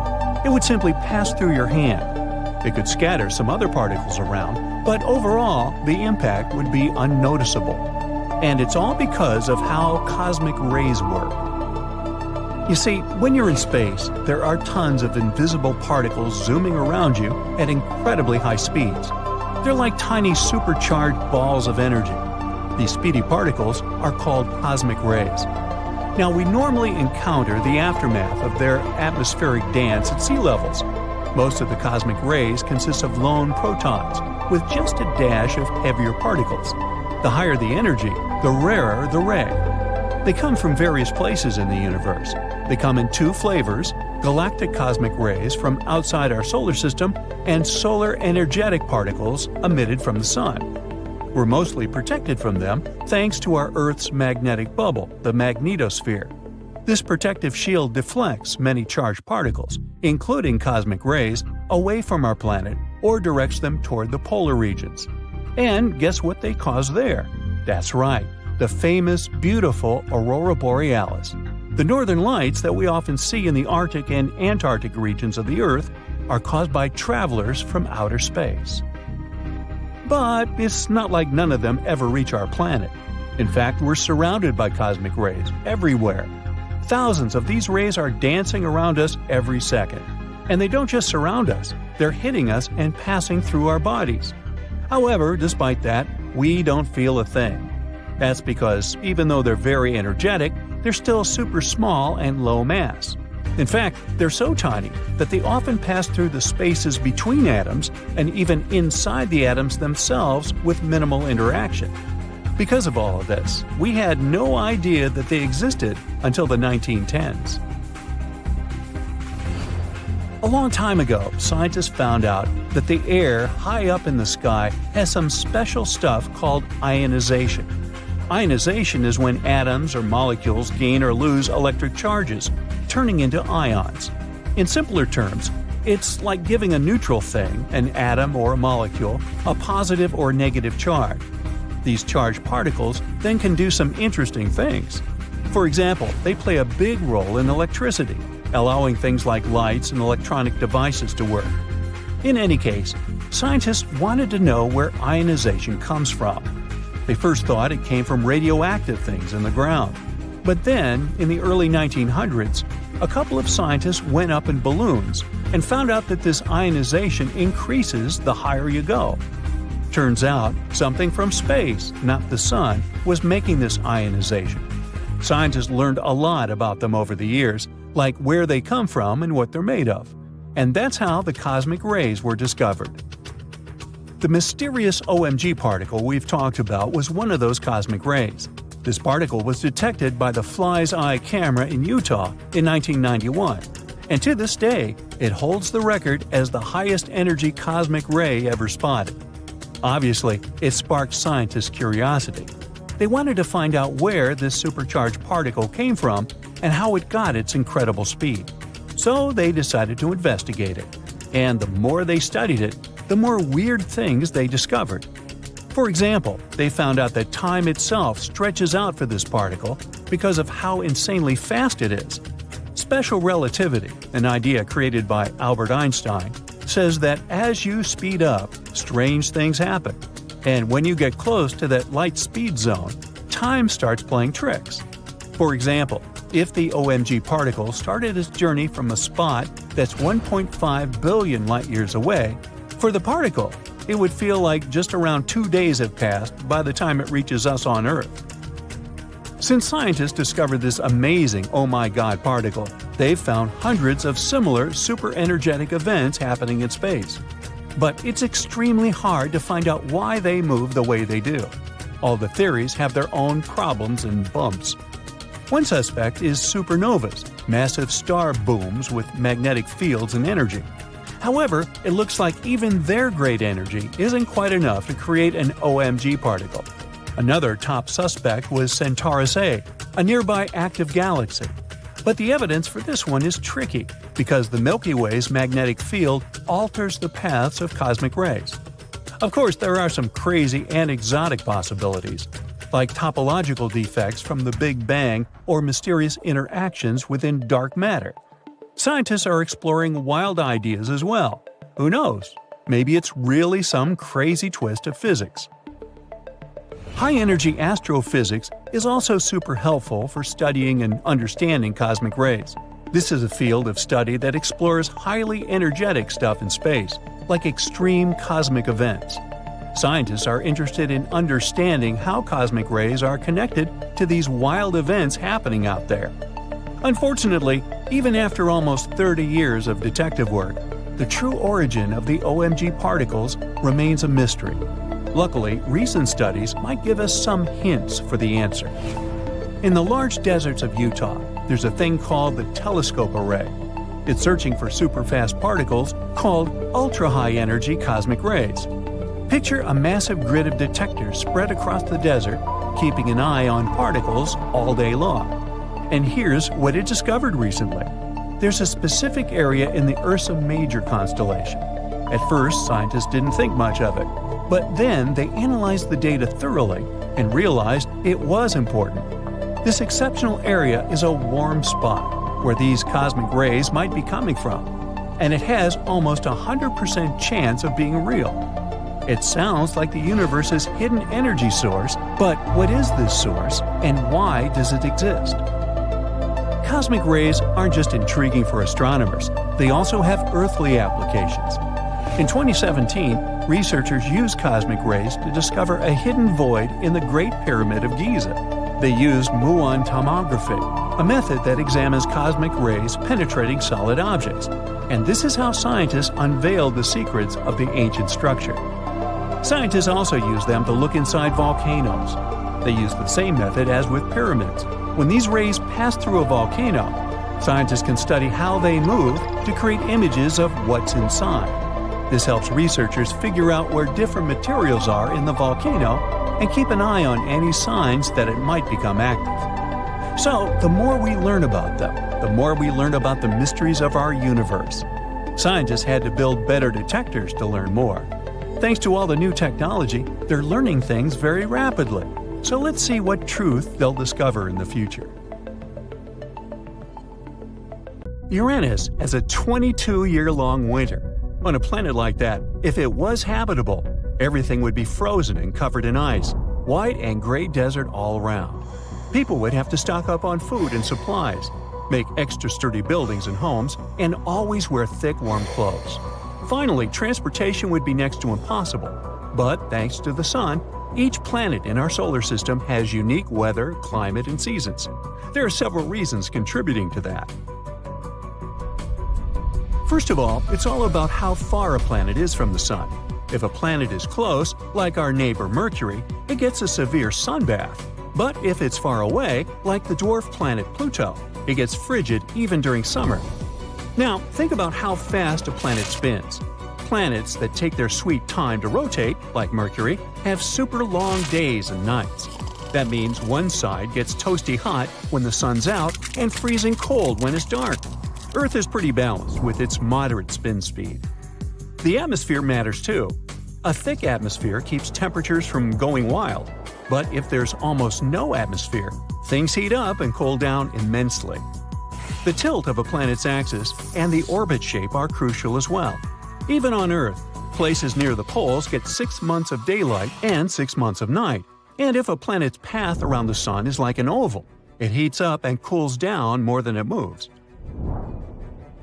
Now, no two planets are unique. While some have these changes, others don't. Let's start with Mars, our favorite little planet and potentially our future home. It's the fourth wheel in our solar system and has a quirky way of doing seasons. Like Earth, it has 4 of them, although they're roughly twice as long as those on Earth. But this planet has an eccentric egg-shaped orbit. Because of this, its orbital speed varies more. This influences these seasons. Martian winters last about 4 Earth months. They're also much colder than on Earth. Near the poles in winter, temperatures can get down to minus 190 degrees Fahrenheit.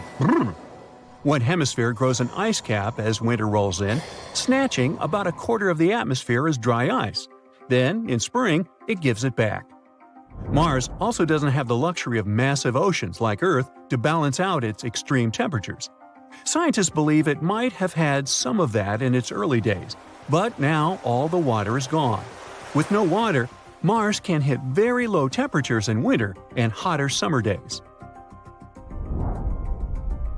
The grand gas giant Saturn has a slightly more tilted axis than Earth. However, despite its elliptical path and tilt, it stays consistently chilly. That's because it's way out there, far from the sun's warmth.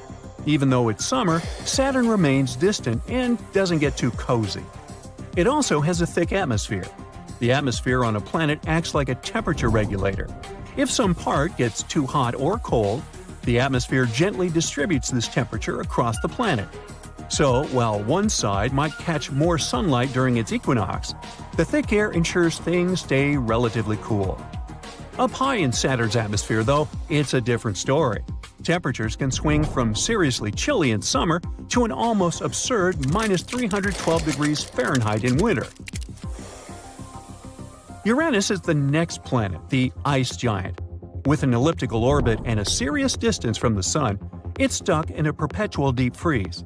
Its thick atmosphere also keeps temperatures frosty throughout the year. Uranus has a wild tilt, 3 times bigger than Earth's. It's almost lying on its side, and is probably one of the most intense places in our solar system. During Uranus's summer, one pole gets full sun, while the other end faces the deep chill of darkness.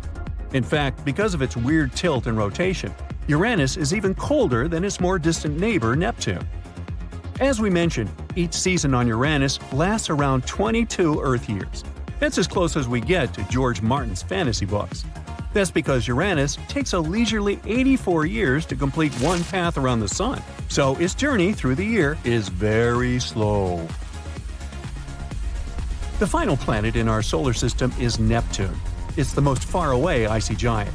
It has a tilt almost the same as Earth's and a nearly circular orbit, so it feels like it's supposed to be a bit more balanced. However, this planet maintains a bone-chilling atmosphere with unimaginably low temperatures. That's because Neptune receives only a tiny 0.1% of the sunlight Earth enjoys. On Earth, there's a gradual temperature shift from near to far. On Neptune, because of its circular orbit, there's only one atmosphere taking a spotlight. Unlike its neighbor Uranus, Neptune gets a bit of warmth from its core. But this warmth doesn't help much. The cold is pretty consistent, whether it's winter or summer. But some planets don't bother with traditional seasons. They just imitate them by having different temperature cycles throughout the year. These planets include Mercury, Venus, Mars, and Jupiter. Mercury is the closest planet to the Sun. Mercury is very weird because one full day-night cycle on that planet equals 176 Earth days. After half a year on Earth, it's finally time for Mercury people to go back home from work. That's because it moves in an egg path. This is also the reason why it has some wild temperature changes. Sometimes it's very close to the Sun, sometimes it's not. At the same time, it has no atmosphere and no protection from the Sun. This results in extremely hot days and extremely cold nights. But that means it has plenty of time to go from scorching hot to freezing cold. When it's farthest, that's Mercury's true winter, or at least how we call it. So if it had seasons, there would only be two. The next planet is Venus. It's a planet of relentless heat. Forget about seasons. It's just plain hot there all the time. It's super close to the Sun, and its almost circular orbit and tiny tilt of 3 degrees mean temperatures stay pretty steady throughout the year. Even in the supposed winter or the middle of the night, the temperature doesn't dip below 820 degrees Fahrenheit. It also decided to have a weird spin. Venus spins in the same direction as it moves around the Sun. That means the Sun is always right overhead, pouring its entire fiery love on the planet's surface. Venus doesn't really do the seasons like Earth. The closest they have to seasons is 225 days with at least 4 hours of sunlight. This you could call Venus's version of spring and fall. Jupiter, the big guy in our solar system, doesn't bother with the whole seasons drama. It keeps things simple with a tiny tilt of 3 degrees, almost as laid back as Mercury. Plus, its orbit is a close match to a perfect circle, so it doesn't have much variation in sunlight. Also, with a speedy rotation of less than 10 Earth hours, there's no time for the appearance of seasons from long nights. Winter on Jupiter is basically a repeat of any other time of the year. And finally, Pluto, which is still not a planet, but still worth looking at. Pluto resides on the outskirts of our solar system. This little outcast is the definition of cold. The temperatures are around minus 380 degrees Fahrenheit. It has the weirdest orbit, too. Its orbit is very long, elliptical, and tilted. Pluto travels a huge distance from the Sun. That, together with an almost non-existent atmosphere, keeps Pluto in a perpetual cold state. Winters there can get a bit more extreme than average. However, the biggest shift someone stranded on Pluto would notice isn't the temperature, but the Sun's brightness. Always thousands of times fainter than our earthly view. There are tons of weird things on Mars. Spoons, noodles, doors, even faces. Are they all really just rocks? Besides, it's not the only planet in our solar system full of mysterious things. Let's check them out. Recently, we found a strange thing on Mars that looks like a smooth, spoon-like object. It grabbed everyone's attention after NASA's Curiosity rover spotted it. The rock, with a handle and rounded tip, looks like it's floating in the rover's photo. People on the internet are puzzled about what it might be. Some are joking that it's a Martian's bowling pin, or even a shoehorn left by extraterrestrial creatures. But Andrew Good from NASA says it's not that exciting. Turns out it's just a rock shaped by the wind over a long time. These kinds of rocks with odd shapes are common on Mars. They're called ventifacts. Ventifact is a rock that can get scratched, dented, or smoothed out by tiny particles carried by the wind. You'll usually find these kinds of rocks in dry places where there's not much grass or trees to block the wind, and where there's a lot of sand blowing around. Sometimes, the wind can carve ventifacts into really cool shapes, like the mushroom rocks you can see in the White Desert National Park in Egypt. These rocks look like giant mushrooms because the wind wears away the bottom part faster than the top, making them stand tall and slim. Ventifacts aren't the only cool Martian rocks. Check out this series of surreal spikes protruding from the red surface. NASA's Curiosity rover stumbled upon them while exploring the Gale crater on Mars. They quickly caught everyone's attention. twisting structures resembling spikes looked like some extraterrestrial doors. Even the SETI Institute, an organization focused on searching for extraterrestrial life, tweeted about the image, referring to it as a cool rock. But in reality, these are just hoodoos. These tall and thin spires occur when hard rock sits atop softer rock layers. Martian spikes are likely cemented fillings of ancient fractures in sedimentary rock, with softer material eroded away over time. Again, there are many hoodoos on Earth too. They're also called fairy chimneys or tent rocks. You can find them in places like Utah's Bryce Canyon and the Colorado Plateau. NASA is excited about these weird structures because they can help us learn more about the history of the Gale crater. There was also a rock that looked like a jelly donut. We called this rock Pinnacle Island. It was spotted by NASA's cameras. However, just 4 days earlier, it was nowhere to be seen. So how did it magically disappear? In a very anticlimactic way, it was kicked up by one of Opportunity's wheels as it traversed the Martian terrain. But there's still some mystery surrounding that jelly donut. Analysis revealed that Pinnacle Island contains unusually high levels of sulfur and manganese. Both of these things are water-soluble. In other words, there might have been some water action that created these elements in the rock. So this tiny thing suddenly caused a lot of drama, and an entire lawsuit against NASA. It claimed that the agency failed to investigate a possible fungus growing on Mars. Jelly donut fungus. But not all our findings are natural. Another puzzling discovery was this thing the Perseverance rover spotted. It's something that looks like tangled spaghetti or string. Just like the donut, this mysterious object showed up in a rover camera image and then vanished from the sandy ground in several days. It turns out that it could be debris from the rover's landing system. Perseverance landed in the Jezero crater in February 2021.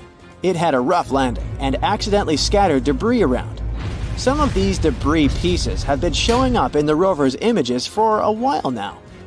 The string-like object is likely a piece of shredded Dacron netting, which is a type of fiber used in thermal blankets. These blankets help regulate equipment temperatures during the super hot process of landing on Mars. It probably underwent significant unraveling and shredding due to strong forces during the landing. Thermal blankets lost a bunch of stuff back then. For example, this shiny foil piece spotted in June. The rover found it on a rock. What's remarkable is how far some of the debris has traveled. The rover landed about 1.2 miles away from where it's currently exploring. It's probably because the crash threw the debris into the air, and the Martian winds carried it over such a distance. Mars is known for its strong winds, which can move lightweight objects. However, while it's fun to stumble upon them on images, there are concerns about the debris and trash on Mars. We haven't even fixed this problem on Earth, and we're already creating it on Mars. The debris we left on the red planet is already accumulating in an area called Hogwallow Flats. Plus, the debris can accidentally contaminate the sample tubes used for collecting Martian rocks. So far, NASA isn't overly worried about this, but they're keeping a close eye on it to prevent any issues with the rovers. Now, how about not things, but animals?